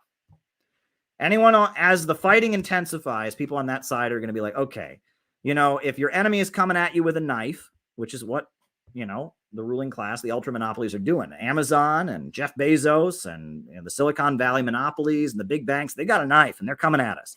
It's not enough to just stand there and say, no knives. No, eventually you're going to have to get a knife of your own. Okay? And that's what the libertarians are going to have to understand. Right? And some of them already kind of admit it. Well, we're going to need a big government first and then, well, okay. But yeah, they're coming at us with a knife right now. The big monopolies are coming at the American working class, coming at the American small business owners, coming at all of U.S. society with a knife right now. And right now, the small business owners and the lower levels of capital are standing there and saying, as an American, as a believer in the free market, I am against knives. I oppose knives. It is against the non-aggression principle. No one should have a knife. And that sounds great. And it fits their ideology. But the reality is, they're coming at you with the knife. The knife is coming at you. And if your opponent is coming at you with a knife and you're against knives in principle, you being against knives in principle doesn't stop him from coming at you with a knife. And eventually you're going to have to say, okay, fine, maybe I'm against knives in principle. Maybe I would like to get to a world where no one has a knife. But if there's a knife next to me and this guy's coming at me with a knife, I'm going to have to pick up a knife also. And what that means is they're going to have to say, no, we want an anti-monopoly government. We want a government of action to fight for working families. We want a government that fights for the working class. We want a Hugo Chavez or a Huey Long or a Mao or a Stalin. We want a government of action. We want a government that will kick the ass of the big monopolies and fight for working families. That's what we want. And eventually these libertarians are going to realize that in the struggle that drives them to become libertarians, that puts them in opposition with the low-wage police state, they're going to have to drop their call for a free market, and they're going to have to stand arm in arm with the working class in demanding a government of action and an anti-monopoly government. So there you go, folks. That is my long-winded rant on libertarians. I hope our libertarians in the audience were not offended. Michael Hudson said Silicon Valley's work with AI is based in fascism. They want 70.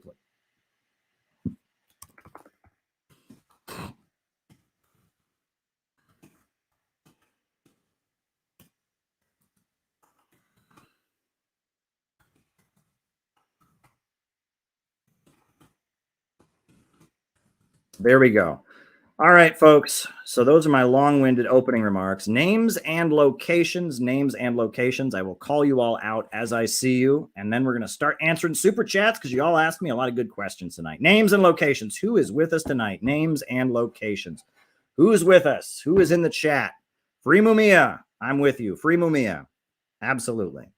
All right, who's with us? We got Sherry Weiss in Virginia, Mark Jones in New York. Welcome, Mark Jones in New York. Gabby in Chicago, Cleveland Pirate Alex. Rupert in England. We got Jamie in St. Paul, Christian in Bergen County, JT24 in Mississippi, David Rennie in Ontario. We got Alan in South Korea. We got Phil DeBreeze in New York. We got Neil Frazier in Hong Kong, John McCarthy in Chicago, Chester in England, Steve in Boston, Temple City, California. We got Seneca, South Carolina, San Diego, Montreal is watching, Heidi in Edinburgh, Zachary Brunch in Richmond. Shout out to you, Zachary. Phil in Miami, Florida, Singapore, Catalonia, Spain, Saviero in Mexico, Anthony in Detroit, UP of Michigan, Terry Barnes, Mark in Mission, Texas, Bob Troy in New York.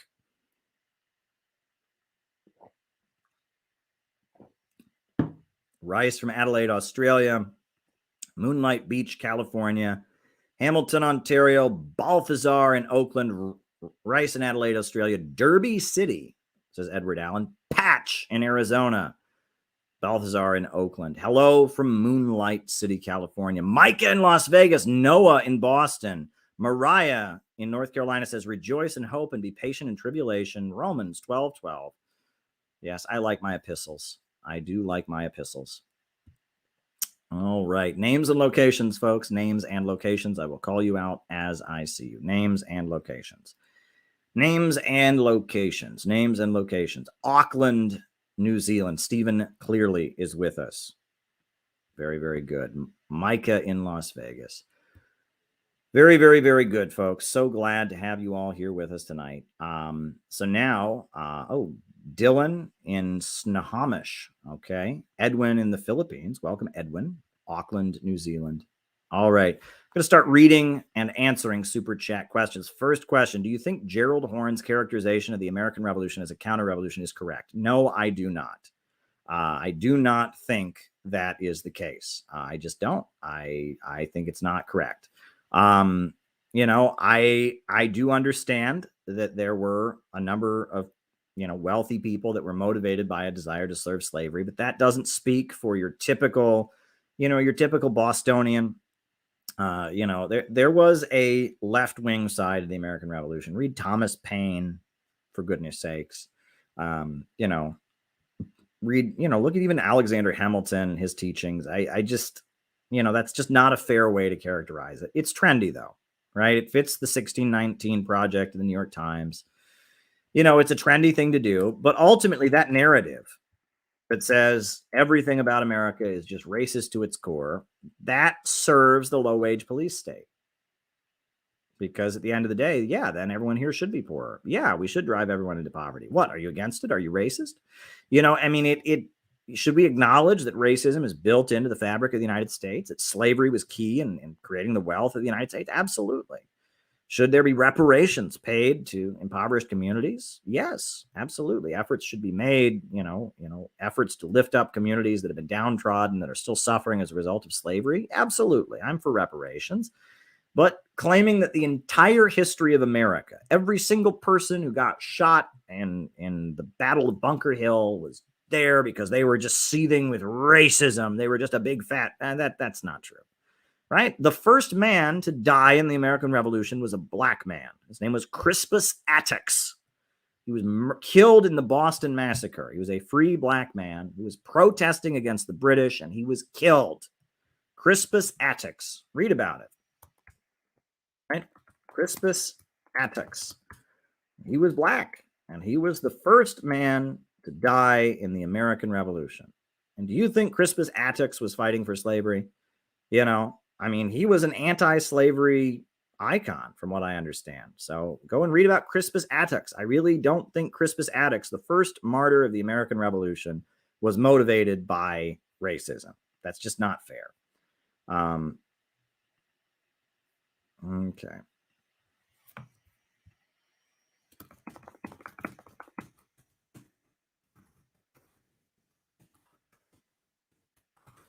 All righty.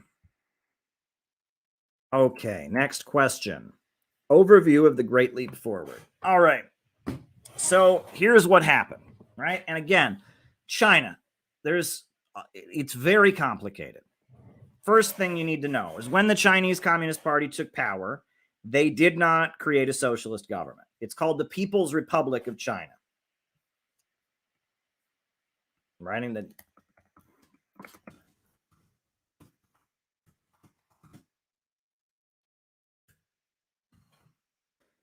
Called the People's Republic of China. It was a people's democracy, much like, you know, in Eastern Europe, the governments that were created after the Soviet Union liberated countries from the Nazis. It was called a people's democratic government.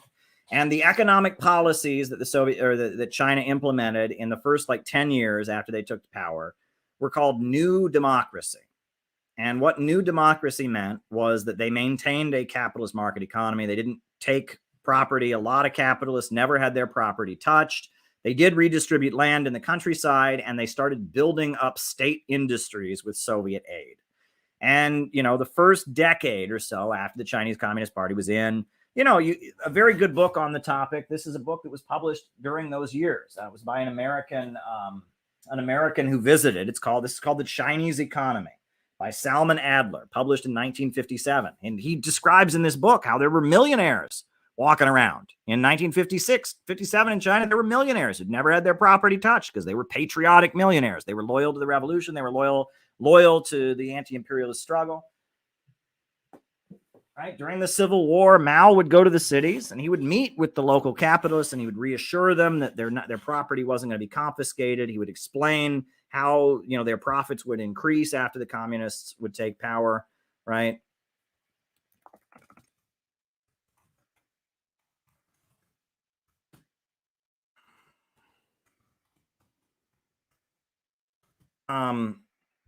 That's how it was for the first decade or so. Then you'll remember 1956, Stalin died.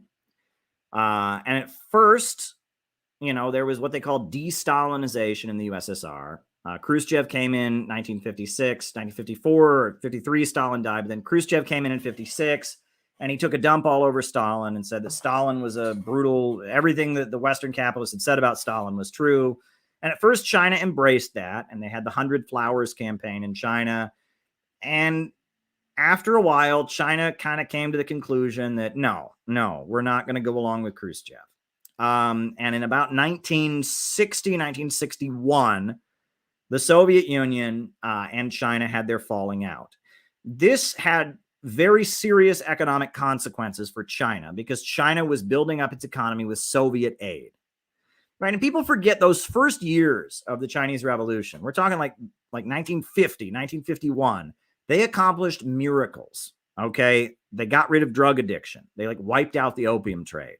You know, they freed millions of women from sexual slavery. I mean, Shanghai was like a giant sex trafficking haven.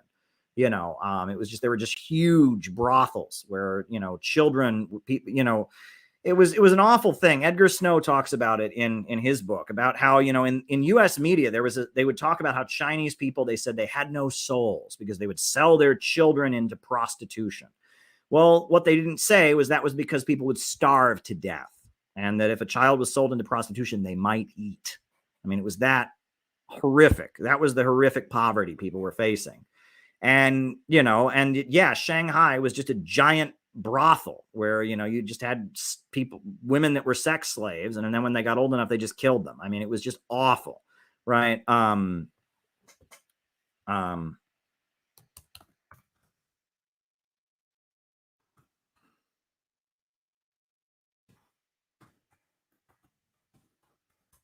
It's just awful. And, it was awful. And the Chinese Communist Party, they liberated those women from those conditions. I mean, there were a lot of amazing breakthroughs in the first couple years of the revolution, right? Where, I mean, it was just basic things. They ended foot binding. They got rid of opium addiction, and they built dams and storm levees so that people didn't die from flooding every year. Just kind of basic things that they organized in the first years, things that we kind of take for granted. Another thing that the Chinese Communist Party did, I think this is kind of fascinating, but they cracked down on fraud, right? It was really common that if you were, in a city and you bought like a bag of rice, like the top of it might have rice and then the bottom would be filled out with sand, right? There was a lot of fraud at the time. Well, the Chinese Communist Party, they would publish the names of any person who did that, right? And in the newspaper, any businessman who was selling you, a bag of rice that was half sand, he would have his name published in the newspaper, and it would just embarrass him. They didn't have to arrest him or put him in jail or anything. They just, published in the newspaper, this guy did this, and that would humiliate him so much. But no one did that before. They would arrest people for bribery. Again, there had been no bribery, had just been the way of life under the old regime. They got rid of it. So the first few years of the Chinese Revolution, they're liberating all these women from sexual slavery in Shanghai. They're wiping out, the drug trade and the opium dealers. They're implementing just kind of basic regulation, cracking down on fraudulent merchants. They redistribute land in the countryside, which is a really big deal. None of this is socialism. This is what they call the New Democratic Revolution, because they still largely have a market economy. The Soviet Union's helping them build some power plants. It's helping them build power plants. It helps them build a steel mill here, whatever. But then the Soviet Union cut off their aid. So when the Soviet Union cut off their aid, that caused a huge problem in the Chinese economy. And there became a fight in the Chinese Communist Party. Liu Shaoqi, I believe, he said that China was too poor to have socialism. And he wanted to kind of patch things up with the Soviet Union.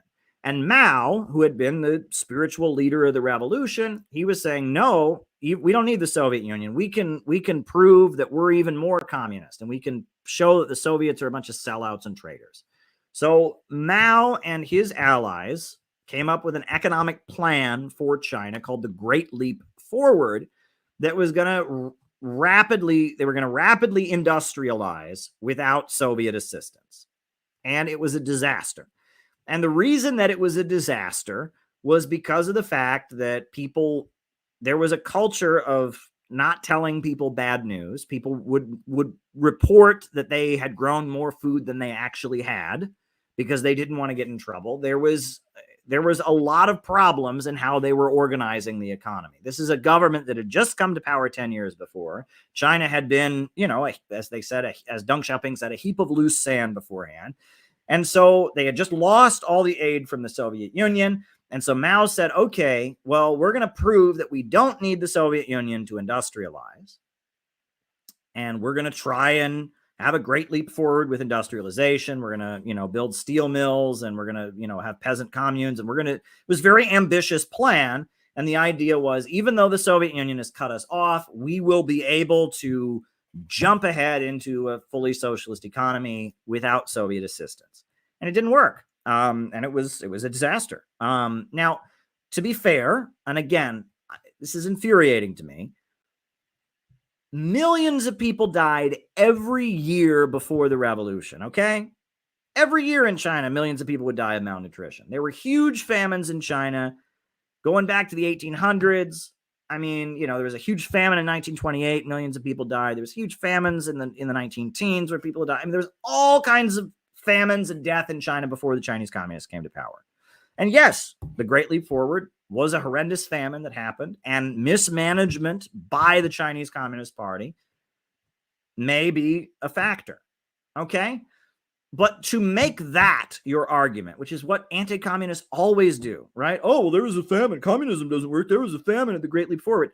It's like, dude, who industrialized China? I'm sorry, who provided? Chinese farms didn't even have tractors before the Chinese Communist Party showed up. They ended the famines, you fucking idiot. Like, yeah, there was a famine along the way, but they're the ones that ended the goddamn famines. And before the communists came in, the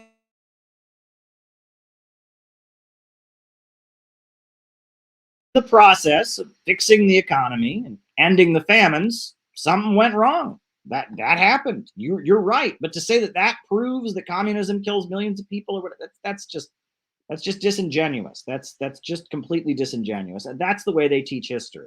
It's selective. I'm trying to get my good microphone to turn back on here. It's annoying. It popped out, and now it's my default. My regular mic is on, and I'm trying to get my good microphone back on here. So that's what I'm trying to do here. Technical difficulties. Right now, you're hearing my voice from my computer mic, which isn't as good. Come on. Technical difficulties here. Turn on the good microphone here, man. Here we go. All right. Now we got the good microphone. All right. Now you can hear my voice better. But that was the problem. The Great Leap Forward was a disaster. And just to show you how much they lie, there's a book called Mao's Great Famine, and they have a picture on the cover of a starving child, and it's supposed to show you how evil the communists are. The picture is from 1946. It's from Life magazine, 1956, before the communists took power. It's like, come on, right? And then on top of that, another thing is there's a quote from Mao. And Mao said, half of China may have to die. And they quote that as saying, see, Mao didn't care about the results of his economic policies. He said that half of China might have to die. And if you actually read the context of the speech, Mao was saying we have to change our policies, because if not, half of China is going to die. So Mao, but they take that, oh, half of China have to die. He's saying he wants to kill half of China. He doesn't care. That's not what it's the exact opposite of what Mao was saying. They just lie, right, about this. I mean, and they lie so blatantly. Right. And the numbers for the Great Leap Forward, again, awful famine. And is the Chinese Communist Party blameless? Could they have done things shoulda, coulda, woulda? And this is another thing that annoys me about all this. OK, a famine caused by economic mismanagement is not genocide. All right.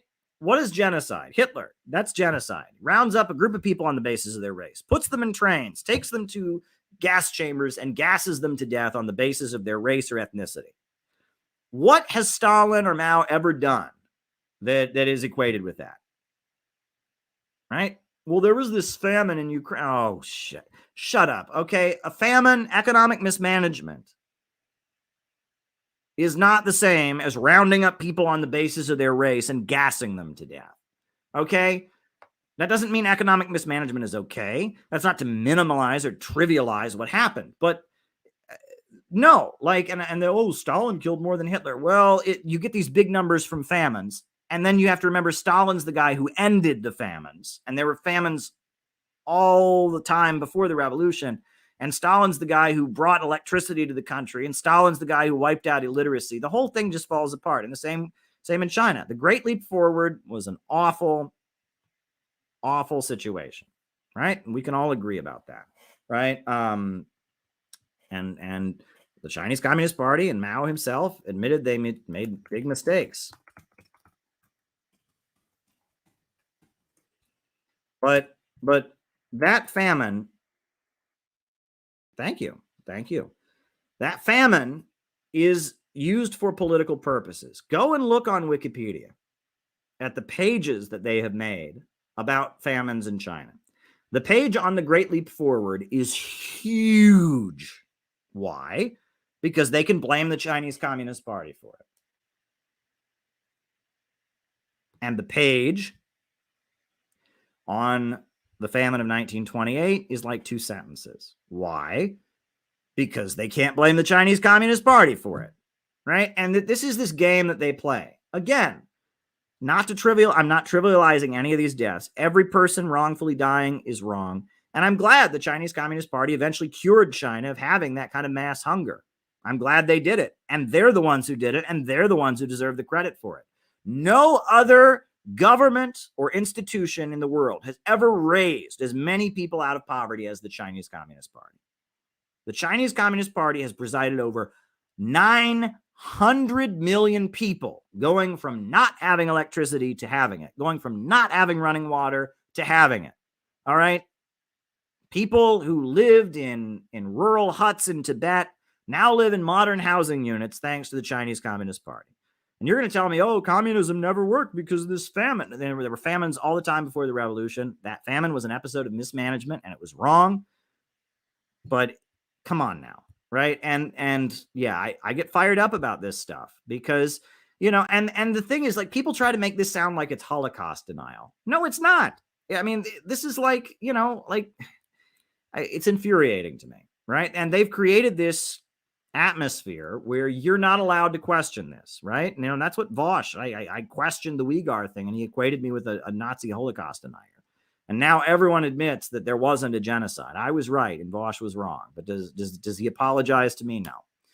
All right. Do you think democratic centralism will be viable in socialism with American characteristics? Okay. Democratic centralism is the way a communist party is organized, right? This is one of the most infuriating things. This clown Thought Slime, in one of his videos, he says that socialism doesn't mean a planned economy, which it very clearly does if you read Marx. Marx says centralize the instruments of production in the hands of the state, production upon a predetermined plan. And he says, actually, the idea of having a centrally planned economy is called democratic centralism, and Lenin invented it. No, democratic centralism is about how a political party, the Communist Party, organizes. It was the Bolsheviks. They were a political party in Russia, and they wanted to operate in a centralized way with, democratic decision-making, but ultimately when they reached a decision, all carried it out. Democratic centralism is a method of communist parties organizing, whereas socialism with American characteristics is an economic system. So it's like night and day. Will there be groups that exist in the United States that help bring about socialism with American characteristics that may be organized in a democratic centralist manner? Maybe.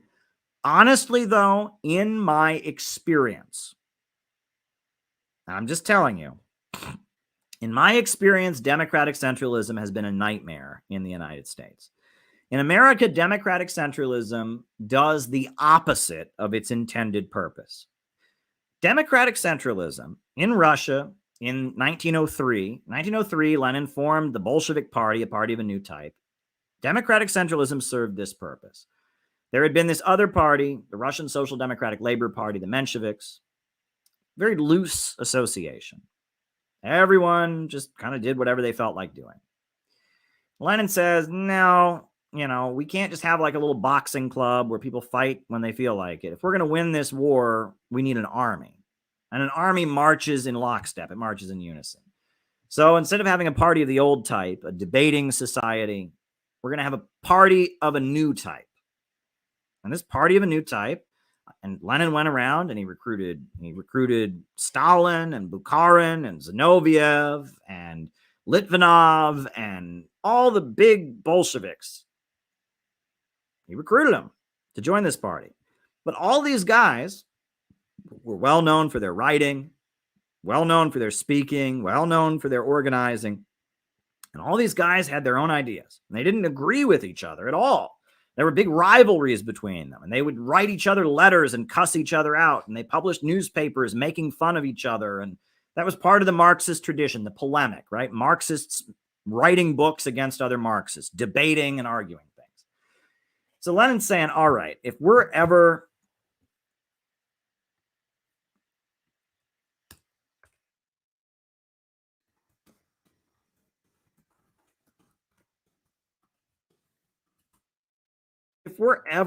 going to actually take power, we have to march in unison, meaning that We'll have a debate. Everyone will get their say. Then after that, we're going to have a vote. And whatever we vote on doing, everybody has to do it. Everybody has to do it. Doesn't matter if you agree or disagree. Once we reach a decision, all of us have to march in unison. That's what democratic centralism meant. And it meant we're going to keep our debates inside. We're not going to air our dirty laundry out before the public. If we don't agree with each other, fine, right? But to the public, we're going to have one unified face. And they started a theoretical newspaper called Iskra, which meant spark, and it was the voice of the party. That's what democratic centralism was. And the purpose of democratic centralism was that so all these well-respected, brilliant organizers could all be in the same group, combining their strength to carry out one task. That was democratic centralism. In America, democratic centralism has turned into its opposite, especially since the 1960s. In America, democratic centralism has come to mean that if you form a communist group, there can only be one smart person in it. And that smart person thinks they're the new Lenin, thinks they're the great leader. And if somebody else comes along and they're smart and they write books or they come along, democratic centralism, they must shut up and make room for the great leader. And if they don't, well, they get kicked out and they have to start their own group. And really, if you look at the new communist movement of the 1970s, you look at the various Trotskyite groups that exist, they're all mini cults of personality. They all have one very charismatic white male who is the leader. And that one very charismatic white male, it thinks he's the savior of black people, which is even weirder, right? I swear, it is wacky, right? But they all are led by a very charismatic white male who believes that he truly understands black people and he's the savior of the black people, and that he has a brilliant new synthesis or new understanding of communism that's like special and unique. And if you come along and you join the group and you don't agree with him or you steal the spotlight from him, well, then he kicks you out and then you have to start your own group. And that's why there's a million little tiny communist parties in the United States that are irrelevant. Now, most of them are just falling apart at this point. But that's kind of what democratic centralism has come to mean. It has come to mean that because we don't have freedom of speech, we don't have, that one person dominates a group. And that's the opposite of what it was meant to mean. It was meant to mean the exact, it's taken on a different purpose. So I'm at the point where I think democratic centralism, it doesn't apply to U.S. conditions. I think it was a great way of organizing the Bolsheviks in 1903, but a lot has changed during the Cold War. Venezuela, take Venezuela. The United Socialist Party of Venezuela is not a democratic centralist party.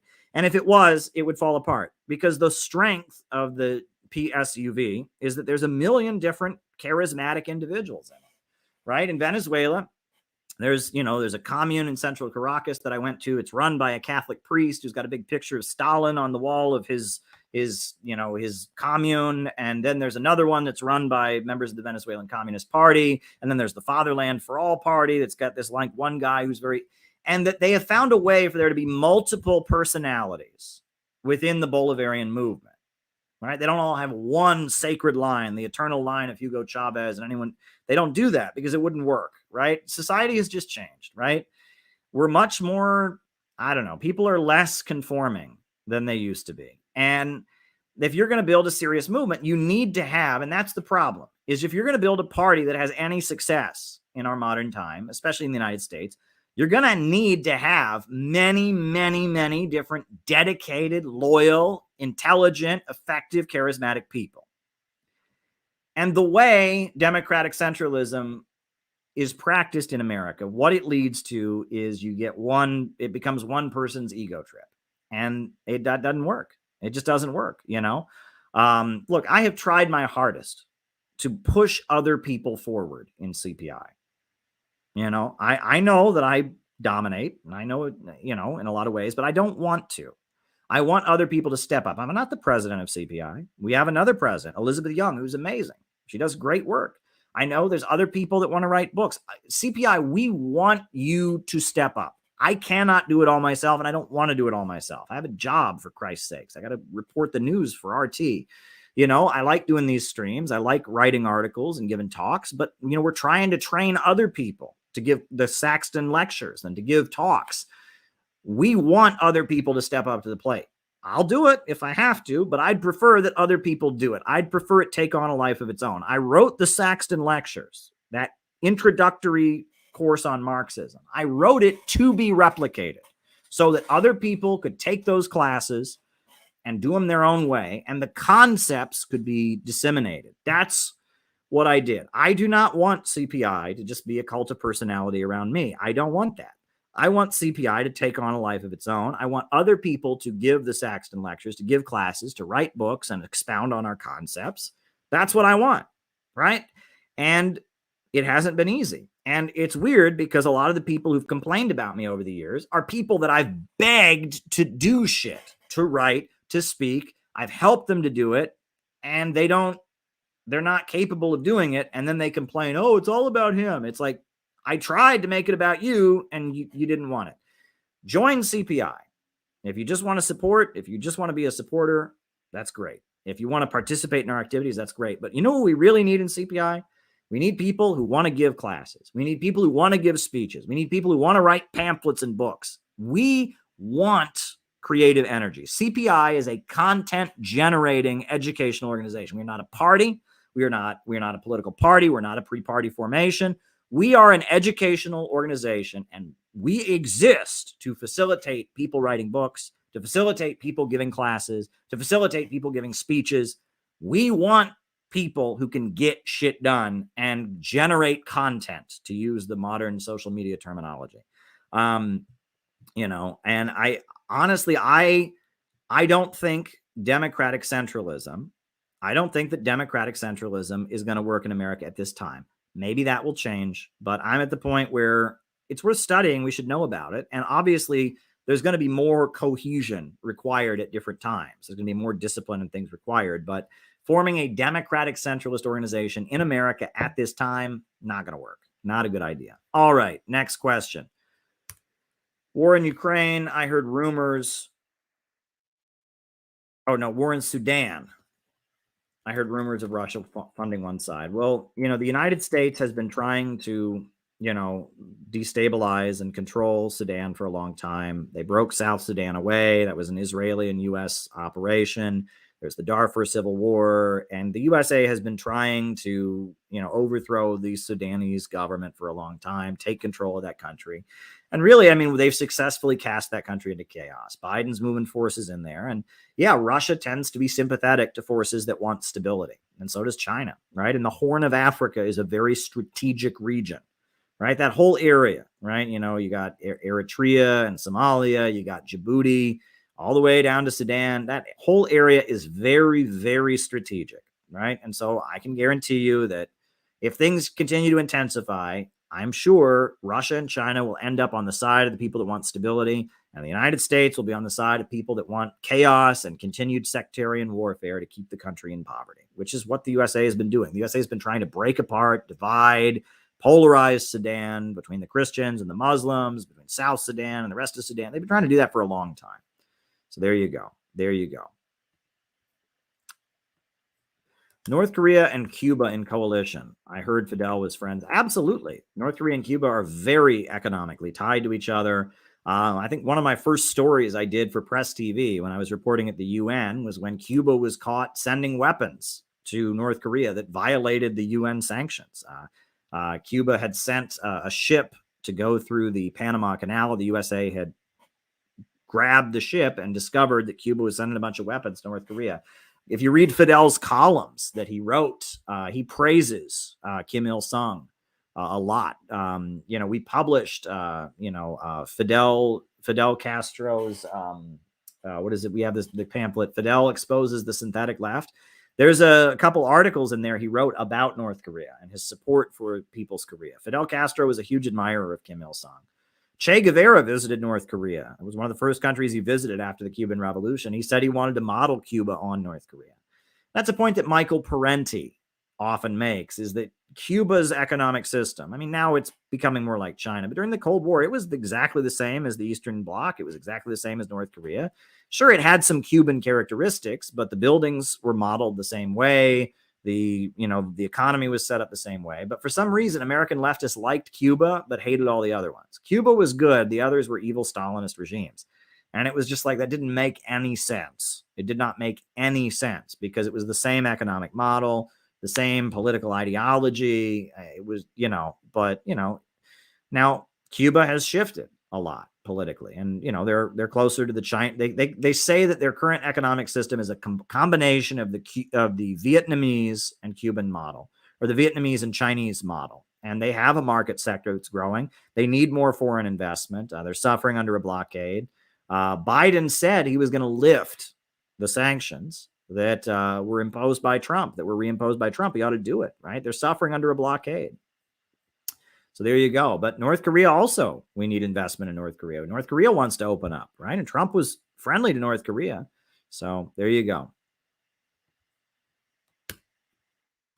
China's foreign policy is totally libertarian, non-interference in internal affairs, unrestricted trade, says John McCarthy. And you're right. You're right. China does not intervene in the political affairs or systems of other countries. They don't. And they also are very committed to expanding global trade, their Belt and Road Initiative, funding infrastructure projects. So I can see why libertarians would like that. And they're growth oriented. The difference between neoliberalism and neoconservatism.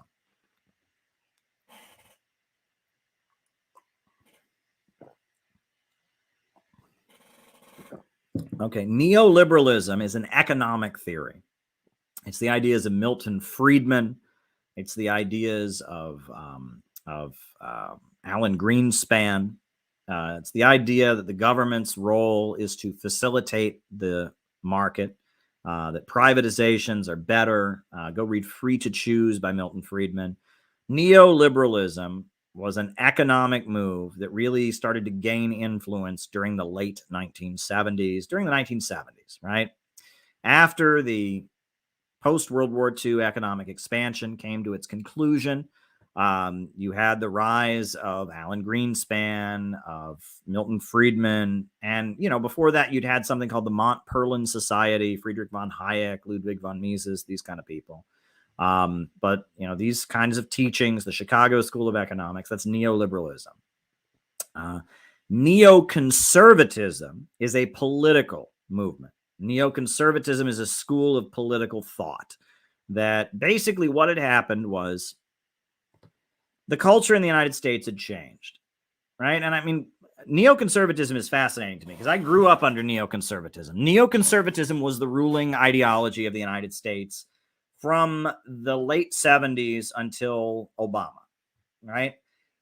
What had happened was, coming out of World War II, the Democrats kind of had the upper hand because of Roosevelt and because of labor unions and, the Keynesian consensus that came after World War II, the belief that the government needed to intervene in the economy. And the right wing, right after World War II, you had McCarthyism, and then the right wing, McCarthyism kind of turned into this this kind of anti-ruling class movement. They were calling the Rockefellers communists. They were calling the U.S. military communist. And so McCarthyism got nutty. And conservatives were dominated by what they called the old right, which was much more libertarian in its economic thinking and was also like very, very anti-establishment. They thought the Rockefellers were communists. They thought Wall Street were all communists. They thought Roosevelt had been a communist, the John Birch Society, people like that. And the right wing were losing elections because of that. And the right wing were portrayed as crazy, racist Nazis. And Cold War liberalism. The early Cold War was defined by liberals. Go watch The Twilight Zone. The villain on The Twilight Zone tends to be some kind of extreme, hateful bigot who hates communists and is always screaming about communists. And, the John Birch Society, if you ever go see, what's the movie? Dr. Strangelove. You go watch Dr. Strangelove, right? You have the general who's talking about our precious bodily fluids. Well, that's, what is that? That's a reference to the John Birch Society, this belief that the fluoride in the water was communist mind control, that it was the hard right who ran Republican circles, and it was the Democrats, Kennedy, Johnson, Dwight Eisenhower, who was a Republican but was very, very left-wing and had denounced McCarthyism. They were the ones that were dominating politics. So people say that neoconservatism, it started with some of these guys who were part of the Congress for Cultural Freedom, right? In particular, a guy named Irving Kristol. Irving Kristol had been a Trotskyite. He'd been a Trotskyite communist, and he started working for the CIA to write, left-wing anti-communist propaganda, Partisan Review magazine, Congress for Cultural Freedom. He did not like the New Left. He did not like the anti-Vietnam War movement because they waved the Vietnamese flag, because they were anti-Israel. And he felt that, while he had been key in kind of setting up the New Left with Partisan Review, helping get it all going, he didn't like the New Left. He thought they were dangerous. So Irving Kristol became a supporter of Richard Nixon. And Richard Nixon ran for president in 1968 on a platform of, I will get the country back in order. There had been huge riots following the assassination of Martin Luther King Jr. The young people were burning their draft cards, didn't want to fight in Vietnam. And Richard Nixon was this conservative.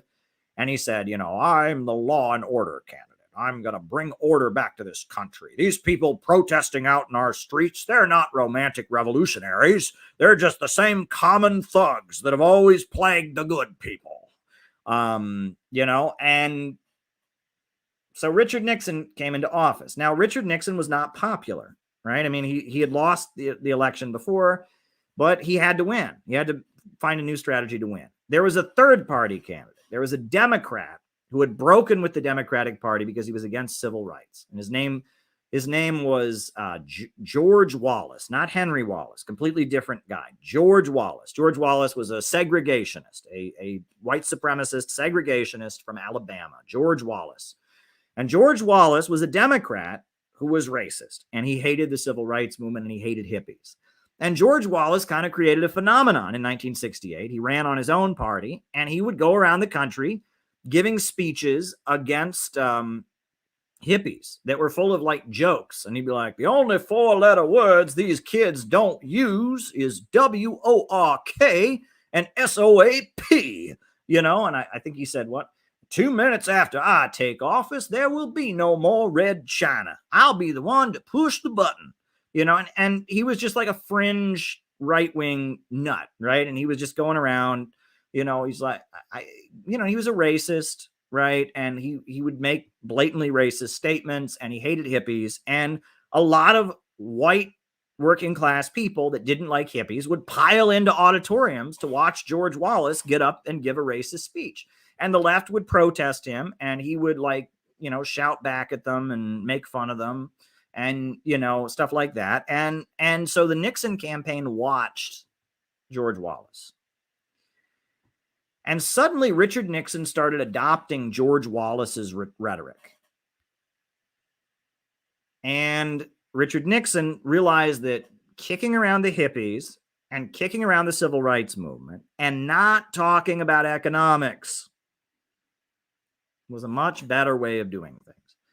So Richard Nixon started adopting the rhetoric of George Wallace, right? He didn't talk about we need the free market and we need to privatize everything. No, he didn't say that. He didn't call people communists. He just emphasized that ordinary working class Americans, they are tired of these protesters who don't love their country and are disrespecting the military. And, that was how he talked. And he wasn't openly racist, Richard Nixon. He made a point of using coded language, right? Instead of saying, I don't want blacks and whites to go to school together, he would say, I'm against forced busing. It's called the Southern strategy. Well, what does forced busing mean? It means integrated schools. But it doesn't sound racist on the surface, right? To racists, it means integrated schools, but technically it just means forcing somebody to get on a bus.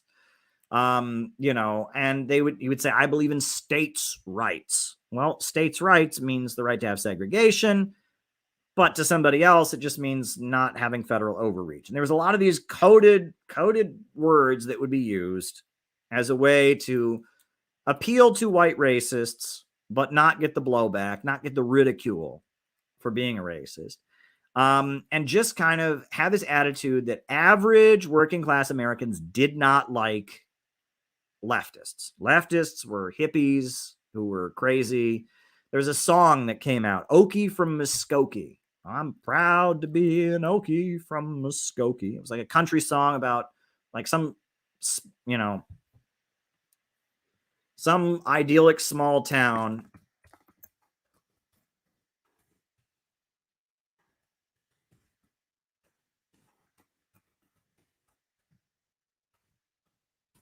Some idyllic small town where people weren't left-wing and they didn't protest and they were not dissidents. And Richard Nixon kind of rode that. Neoconservatism was a reinvention of Republican politics so Republicans could win, right? It was basically the old right, the John Birch Society thing wasn't working anymore. So the Republicans and conservatives had to reinvent their messaging style. And it worked. And they ran, you know, they had the upper hand during the late Cold War, right? It was largely Republicans. It was Reagan, it was Bush, you know, the late Cold War, it was largely Republicans. They had the upper hand. The other thing is that neoconservatism as a political movement would never have gotten anywhere if it wasn't for the religious right. If it wasn't for evangelicals. And that was a similar thing. Christianity was reinvented, right? 1960s, all the kids are listening to rock and roll. They're becoming hippies. They're growing their hair long and doing drugs and having sex before marriage. And the gay rights movement is getting going. And religion is just not popular among young people. There's one group of young people who are hippies who fit their hippieism in with Christianity. And the mainstream media notices these people and says, this could be an opening for Republicans to recruit young people. So Richard Nixon, his spiritual advisor was Billy Graham, Reverend Billy Graham, who was this well-known conservative Baptist minister. And Billy Graham started having televised, you know, church services. And he would have hippie young people, they called them Jesus freaks, hippie young people, play songs at his broadcasts. And even though Billy Graham was, you know, a big supporter of Nixon, been a racist, supporter of segregation, all this stuff, the hippie young people would play on there. And then he would say, who is Jesus? Don't ever say it's a white man's religion or a black man's religion. It's a world religion. It's the teaching. And Billy Graham was very charismatic. And Billy Graham realized that the aesthetics of the hippies were a good way to frame his TV broadcasts. Then, you know, you had the Unification Church, you know, the Moonies from South Korea. They started to become popular and they presented themselves as kind of a peace movement, but they were anti-communist, right? And a lot of young people that were kind of into hippie stuff joined the Moonies, and the Moonies were aligned with Nixon. They were conservative. You had Tony Alamo, who was a Beatles marketer, a pastor, a guy, he'd worked at like a record company, and he started his own hippie church, you know, and you had a lot of different groups like that emerged during the early 1970s that were attempts, they were like a reinvention of Christianity so that a generation that had grown up with rock and roll music and TV could become Christians, right? Younger people were not going to become, you know, conservative. They were just not going to do it, right? They were younger people that had grown up with rock and roll music and the Mickey Mouse Club, and you know, they were just not going to become traditional Christians. So in the 1970s, you had Christianity 2.0 kind of, and it really gained its influence really with the presidency of Jimmy Carter. All right. Jimmy Carter met with gay rights activists. He sponsored like a women's conference.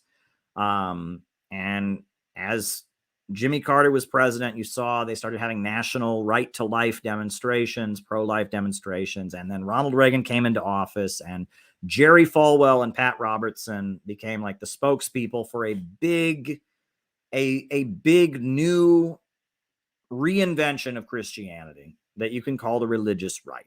And honestly, you know, I mean, in the religious right, they don't have anywhere near the power they once had. They were a really big source of power, especially within the military and other places. And they were the strength of the neoconservatives. The neoconservative Republicans relied on those folks. Those folks were a really big layer of their support. You know, from Bush Sr., Ronald Reagan, you know, all the way up to George Herbert Walker Bush. You know, it was a big part of the neoconservative movement. Neoconservatism was a political movement. That is, you know, I mean, they say a lot of the war hawks, you know, like John Bolton, they call those guys neocons. But in terms of the formula, the messaging of neoconservatism, it's kind of dead. Republicans all want to sound like libertarians now. You know, in terms of what Irving Kristol and Leo Strauss put together, it's kind of dead. It's kind of dead. All right. That was a long answer. That's okay. All right. Thoughts on the New York City homeless man who got choked to death? It's a tragic situation. It is a very tragic situation. You know, this man was mentally ill. He had a history of harassing people on subways, threatening people. He'd been arrested many times. I don't know the circumstances of what was going on, but this Marine, I guess, felt, you know, that to protect the other people on the train, he should put this guy in a chokehold, and the guy died. Now, it's clearly a horrendous and tragic situation, and I'm not ready to say that guy is necessarily innocent. I'm not going to say that. I don't know the situation. I don't know what happened on the subway train. That is up for a jury to decide. You know, but I am not going to jump on the bandwagon to hang this Marine from the highest tree. And I really don't like the way people are assuming, you know, is it possible this guy did something that was, you know, he completely overreacted. He intended to kill this mentally ill man. This mentally ill man was doing nothing wrong, and he just grabbed him and killed him. And if that's the case, this guy should go to jail for murder, for manslaughter. Okay. But I have read several accounts of the case that say that's not what happened. Okay. And I don't know. Okay. And so I am not, and it scares me. It scares me how, like, immediately everyone has decided that this guy needs to, you know, be hung from a tree. He needs to be, you know, okay. You know, if this guy wrongfully killed this person, if it was a case of this guy, you know, then this guy needs to be locked up for taking an innocent life. But I have read some accounts that argue differently, and we will just have to wait and see. And I just, you know, I don't know. It's like, you know, George Zimmerman was obviously guilty. George Zimmerman had no business harassing Trayvon Martin. He stalked Trayvon Martin for blocks and finally jumped on him and killed him. You know, George Zimmerman needed to be locked up, and he wasn't, and that was wrong. You know, the Kyle Rittenhouse case. When I first heard about Kyle Rittenhouse, I was like, fuck that guy. And I still kind of feel that way, to be honest, right? He had no business going there. He's right-wing. He's some kid who, you know, he's right-wing, and he hates protesters, so he gets his gun. I mean, that alone should be a punishable offense. However, the circumstances of which Kyle Rittenhouse shot somebody, you look into those circumstances, they're not what we were told. He didn't shoot black people. The person he shot also had a gun. The more details you look into it, it's like, wait a second, you know, and I feel like I got took on the Kyle Rittenhouse case. I got took, right? I just assumed when I read the details, I was like, fuck this guy. And I still kind of feel that way. And people who are making him a hero, no, he's not a hero for doing what he did, right? I'm sorry, but if you're sitting at home in another state and you see, oh, a protest somewhere, I better go get my gun. That is no, that is not a heroic action. And that in and of itself should be a crime. But, you know, did he deserve to be convicted of murder? No. And he wasn't convicted because, I mean, I listened to the case, and it's like, it, you know, I know Fiorella, you know, from Convo Couch, she said it should be manslaughter. And other people said he should be let off. And I'm at the point where, I mean, he definitely shouldn't have gotten a murder conviction. They were right to acquit him. And to see all the leftist groups just immediately jump on the bandwagon, it's like, hello.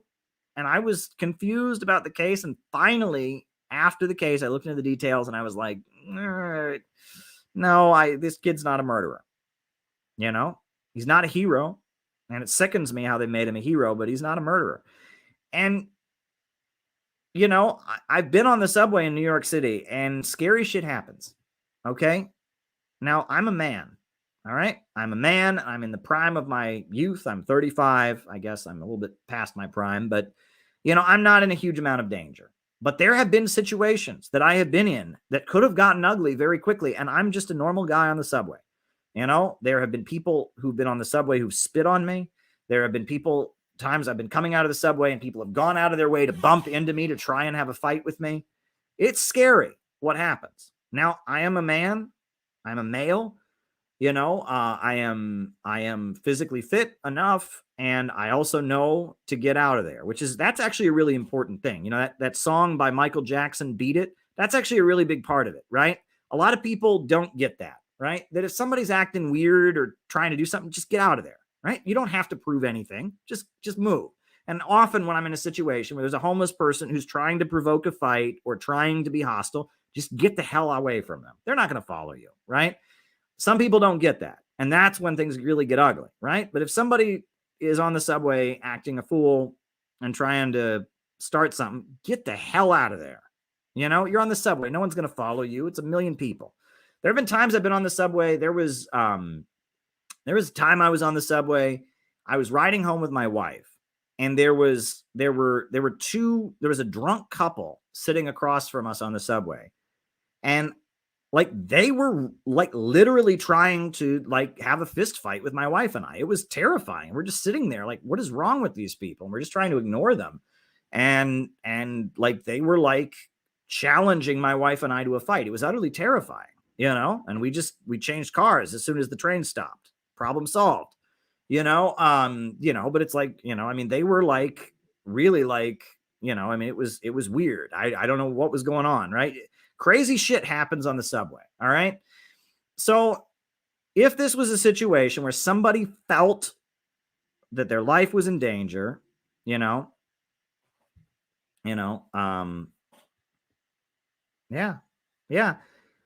that's a good point. If somebody felt their life was in danger, right, and this guy stepped in because he thought he was protecting somebody, if that's the case, maybe this guy isn't guilty. However, someone in the chat says he didn't touch anybody.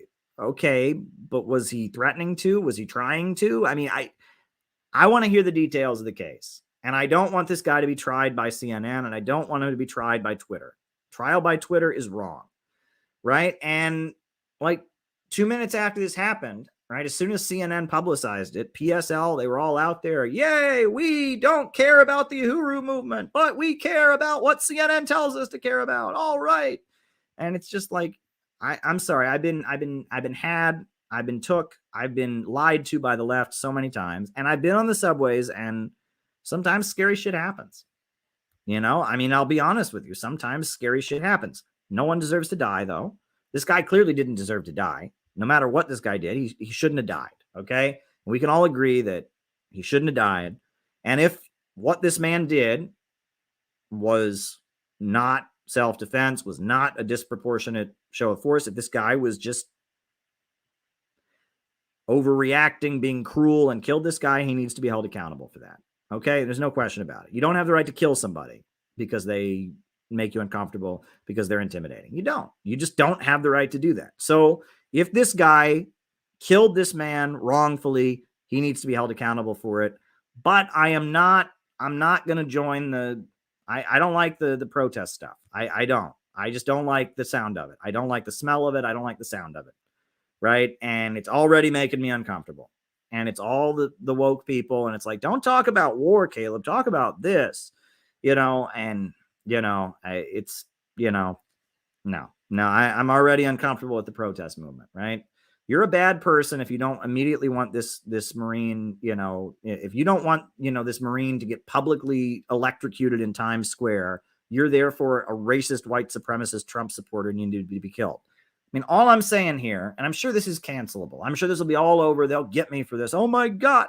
I'm just saying, if this guy wrongfully took a life, he needs to be held accountable for it. But let's wait for the facts of the case. Okay? Let's wait for the facts of the case. And I'm not going to jump on your bandwagon because the so-called left that loves to have a culture war lies. Look, I'm glad the cash bail, they don't have cash bail in New York. I'm glad. And that's a good thing. But I will say, This city has really fallen apart in the last few years. And it's because of the pandemic and it's because of the economy, you know. But, you know, I understand why some people are afraid, you know, honestly. You know, I understand people being afraid. I'm not saying more police is the answer. Obviously, that's not the case, you know, but things have really gone downhill in the city. And if we just poo-poo that, which is that's the standard thing we're supposed to do, right? You know, some people feel genuinely scared, right? I mean, at this point I'm working from home, but when I go into the city, I'm usually fine. Occasionally there'll be a weird situation where someone's acting crazy, but for the most part, you're fine, right? But like if I were a woman, I would probably be much more scared. If I was old and frail, I would probably be much more scared. And if you just write that off, you just go, oh, that's no, it's not racist. No, it's not racist to say people might be afraid. Not all these crazy people are black. I mean, a lot of them are white. You know, I mean, a lot of the craziest people I've ever met on the subway are white or Latino or Asian. I mean, it's like, this is New York City. You get all kinds. So this idea that anyone who's afraid on the subway, look at all the hate crimes against Asians that have happened on the subways. I mean, there's been horrendous hate crimes against Asian Americans on the subways. You know, that's not right.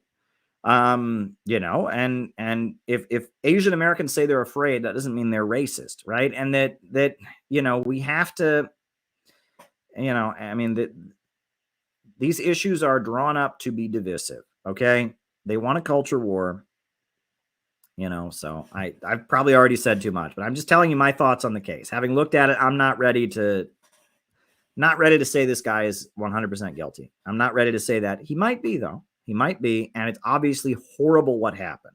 And this guy didn't deserve to die. Okay, whatever, this homeless guy had problems. He'd been arrested many times before.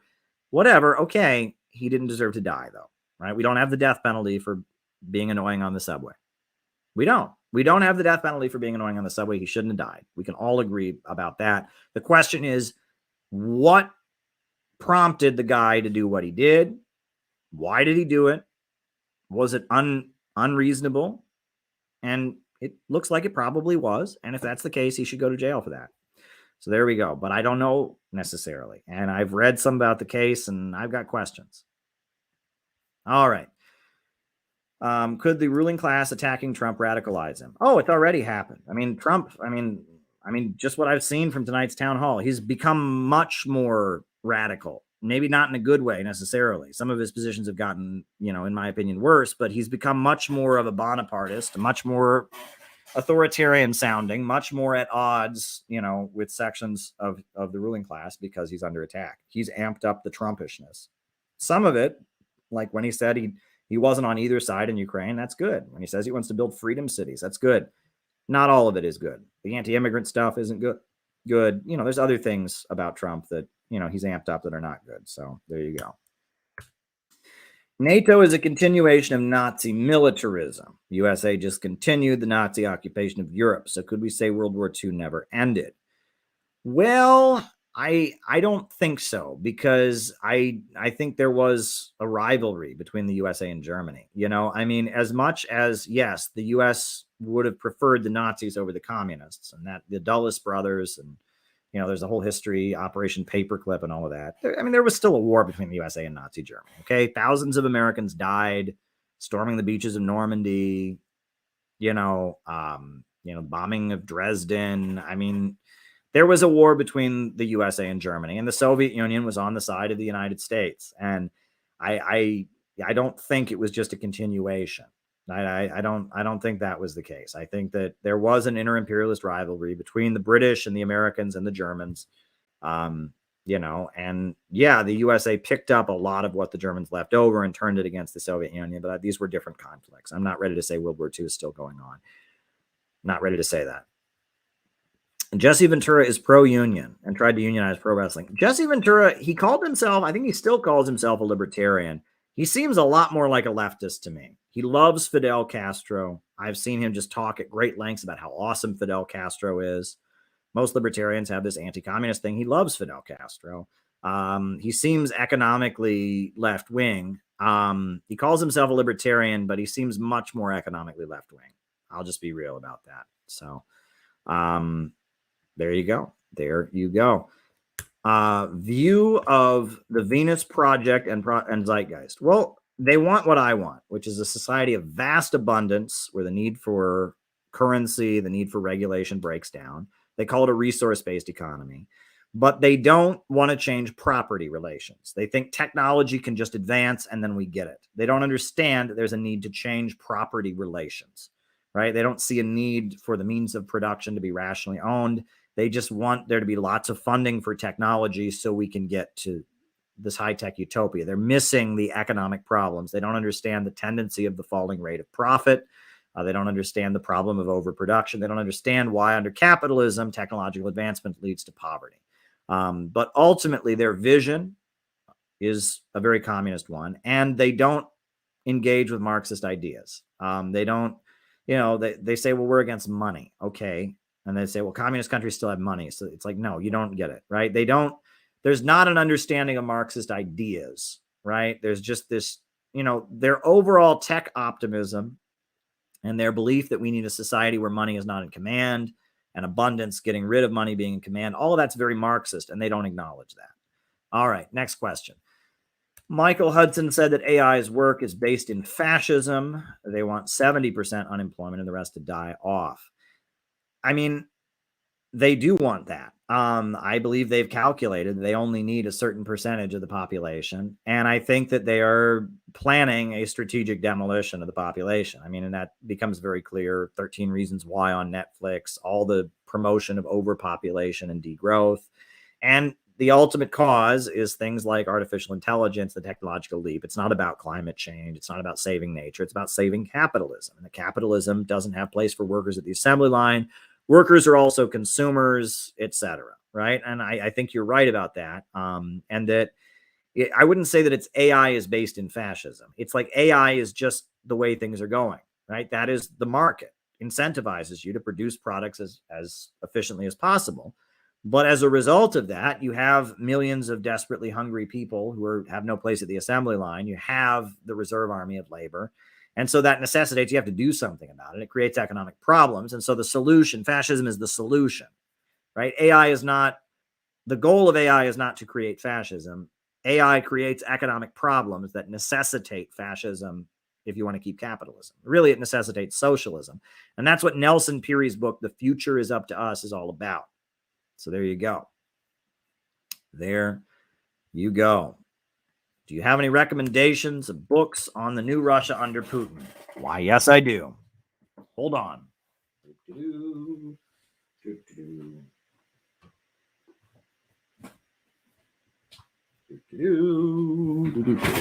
All right. 2 books on the new Russian economy under Putin. These are 2 books that were gifted to me by friends from the Schiller Institute in Chicago.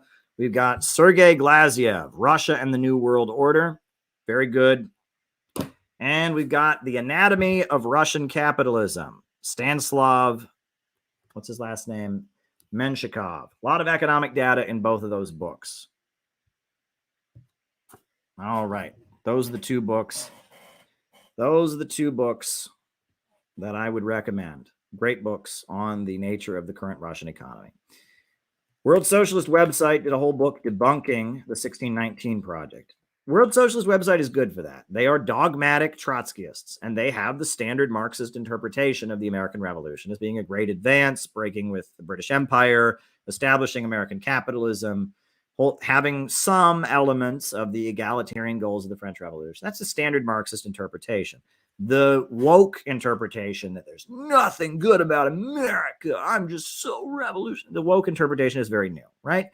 Standard Marxist interpretations of the American Revolution was an advance, but it had flaws, right? It had flaws. It was an advance over what was there before, breaking with Europe, breaking with remnants of feudalism, right? It had problems, but it was an advance over what was there before. That's the standard Marxist view. It had different sides to it. So there you go, right? And I mean, it doesn't surprise me they have that view. So there you go. I mean, and that's what they're good for. They're orthodox Trotskyists holding on to the pure Trotskyism of the past. What is dogmato-revisionism, and is it against revolution? Dogmato-revisionism is when people don't see Marxism as a science. They see it as like a religion. Like, it says in the word of Marx that we must do blank, so we must do blank. Why? Because it says so. It becomes a dogma. right? Marxism is a science. It's a way of understanding the world that one applies in different situations to come to unique conclusions. However, dogmato-revisionism refers to people who say, well, it's true because Marx said it's true. Well, no, it's not true because Marx said it's true. Marx had a method for understanding the world that led us to this conclusion, but Marx could be wrong, right? He was wrong about, colonialism in India. He was wrong on the Mexican-American War. Marxism gives us a way of understanding the world and the objective laws of history, but it's not a religion, right? Dogmato-revisionism sees Marxism as a religion. That's what it is, right? It's when you apply Marxism in a non-scientific way where you're just citing chapter and verse and saying the holy Marx said, so it must be true. And that's not how Marxism is understood. Marxism is supposed to be a living science. All right. Why was the Wall Street Journal guy arrested in Russia? My understanding is he was caught trying to get government data. He was caught trying to get a hold of government data, and that he's being tried for that in Russia's courts. I wasn't there. I don't know what happened. I was over here. But my understanding is that he was trying to get his hands on government data he shouldn't have had, which is what they, allege against Assange, right? They claim Assange was trying to hack into a computer or something like that. That's a crime. If you try to hack your way into government computers, that's a crime. That's what I think, if I'm not mistaken. I don't know the details of the case, but I believe that that the Evan guy, this Wall Street Journal guy, that's what he's accused of over there. And they have laws about that, right? If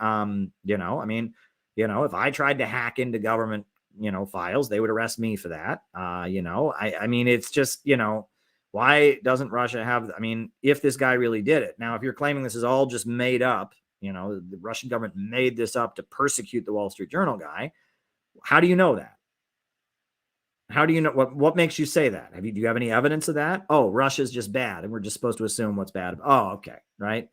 I don't know what was happened. I wasn't there, but the Russian government, their version of events is that this guy tried to get his hands on classified government information in Russia, which is a crime. He was caught doing it. And so he's been arrested for that. Now, if that's not what happened, my hope is that, that he will be able to prove that in a court or something. I wasn't there, but it seems like, all the people I talked to in Russia say it's pretty obvious this guy did it. I don't know, though. I wasn't there. But what disturbs me is that in America, it's just assumed this guy, he was just an innocent reporter. How do you know that? Well, because Russia's bad. Oh, okay. Right. We're just supposed to always assume Russia is bad under all circumstances. If Russia says it, it's bad. If Russia does it, it's bad. It's like, do you think that have you ever read the Wall Street Journal? You want to talk about a neocon rat? You ever read the Wall Street Journal? Do you think that some guy who works at the Wall Street Journal might try to steal government documents for the U.S. government? It's really not that far-fetched. Read their Latin America columnist, for Christ's sakes. What's her name? Mary McCarthy, Mary something or other. She's awful. She's like the most, is it a stretch that this guy could have done it? No, I think it's very believable he could have done what they said he did. But I don't know. Wasn't there, but it annoys the hell out of me how we're supposed to assume. We're just supposed to assume this guy was an innocent person because Russia arrested him. It's like, what about murderers in Russia? If a guy gets arrested for murder, he must have been innocent. The Russians arrested him. How do you know he didn't just commit murder? Right? It's like, it's this stupid bias, right? We're just supposed to assume anything Russia does is bad. Anything Russia does is bad. No, don't buy it. Don't buy it. I don't buy it. I do not buy it. I don't. The idea that we should just assume whatever Russia does is bad. This guy, he was arrested in Russia, so he clearly must have been innocent. No, he could very well be guilty. Everyone I've talked to seems to think he's guilty. So there you go. There you go. All right. Similarities between Mao and Ho Chi Minh. What do you want me to say? They were both from an Asian country. They both led a national liberation struggle in an Asian country. They both aligned with the United States during the Second World War against Japan. They both practiced guerrilla warfare. They both were leaders of their country's communist parties and ideological and theoreticians in their country's communist parties. My understanding is that Ho Chi Minh spent a lot of time in China working with Mao directly. But there you go. I actually like some of Ho Chi Minh's writings. I used to have a book of Ho Chi Minh's essays. And he wrote he wrote an essay about the Ku Klux Klan. He wrote an essay, How I Became a Marxist-Leninist, which was very interesting. And he spent a lot of time overseas. He lived in the United States. He was a cook in the United States for a while. Ho Chi Minh was. He lived in Paris for a long time. He's an interesting figure. Ho Chi Minh, absolutely. And I talk about Mao on here a lot. Who are the most influential evil elites and names? Dude, I don't think the evil we're facing is due to the malfeasance of individuals. I believe the problem is the system. The problem is capitalism, right? There are people, I believe the faction that is the most dangerous is the ultra rich. But you're just sitting here. Who are the most evil people? It's not a question of people being good and evil. That's a factor. But ultimately, when we're talking about Marxism, we see things in terms of systems. We see things in terms of economic interest and material forces. We don't sit here going, well, that's a good person. That's a bad person. Yes, I am a Christian. I do have a moral and ethical framework to view things with. But that question looks an awful lot like bait to me. That's bait, right? And I don't appreciate bait. You know what I mean? There are various people that we criticize on these streams. Brzezinski, Bezos, Biden, Kamala Harris. We criticize various people, but I'm not going to list off people I think that are the most evil. That sounds a lot like bait. And, again, we don't think in terms of good people versus bad people so much here. We think more in terms of systems, economic benefits, class struggle, imperialism, the needs of a system in crisis. That's how we think of things more. All right, next question. If Erdogan loses, how will that affect the BRICS? I think Turkey still has strong enough of an economy. There's enough of an economic layer in Turkey that would want to be involved with the BRICS that there would still be a huge amount of economic independence in Turkey. I don't think that would be the end of Turkey's economic independence. Erdogan represents more than himself. He represents a layer of the Turkish capitalist class that wants to do business. And on that note, folks, we almost hit 3 hours tonight. That's okay. I answered your questions. I do appreciate the super chats, and we are going to end the stream. I'm going to put on the closing music. Have a good night, everybody.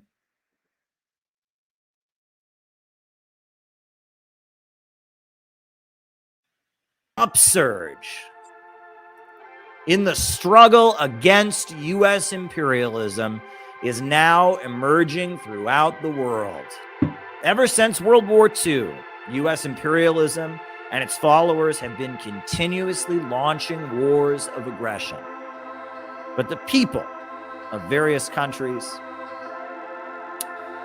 have been continuously waging revolutionary wars to defeat their aggression. And while the danger of a new world war still exists, and the people of all countries must get prepared, revolution is the main trend in the world today.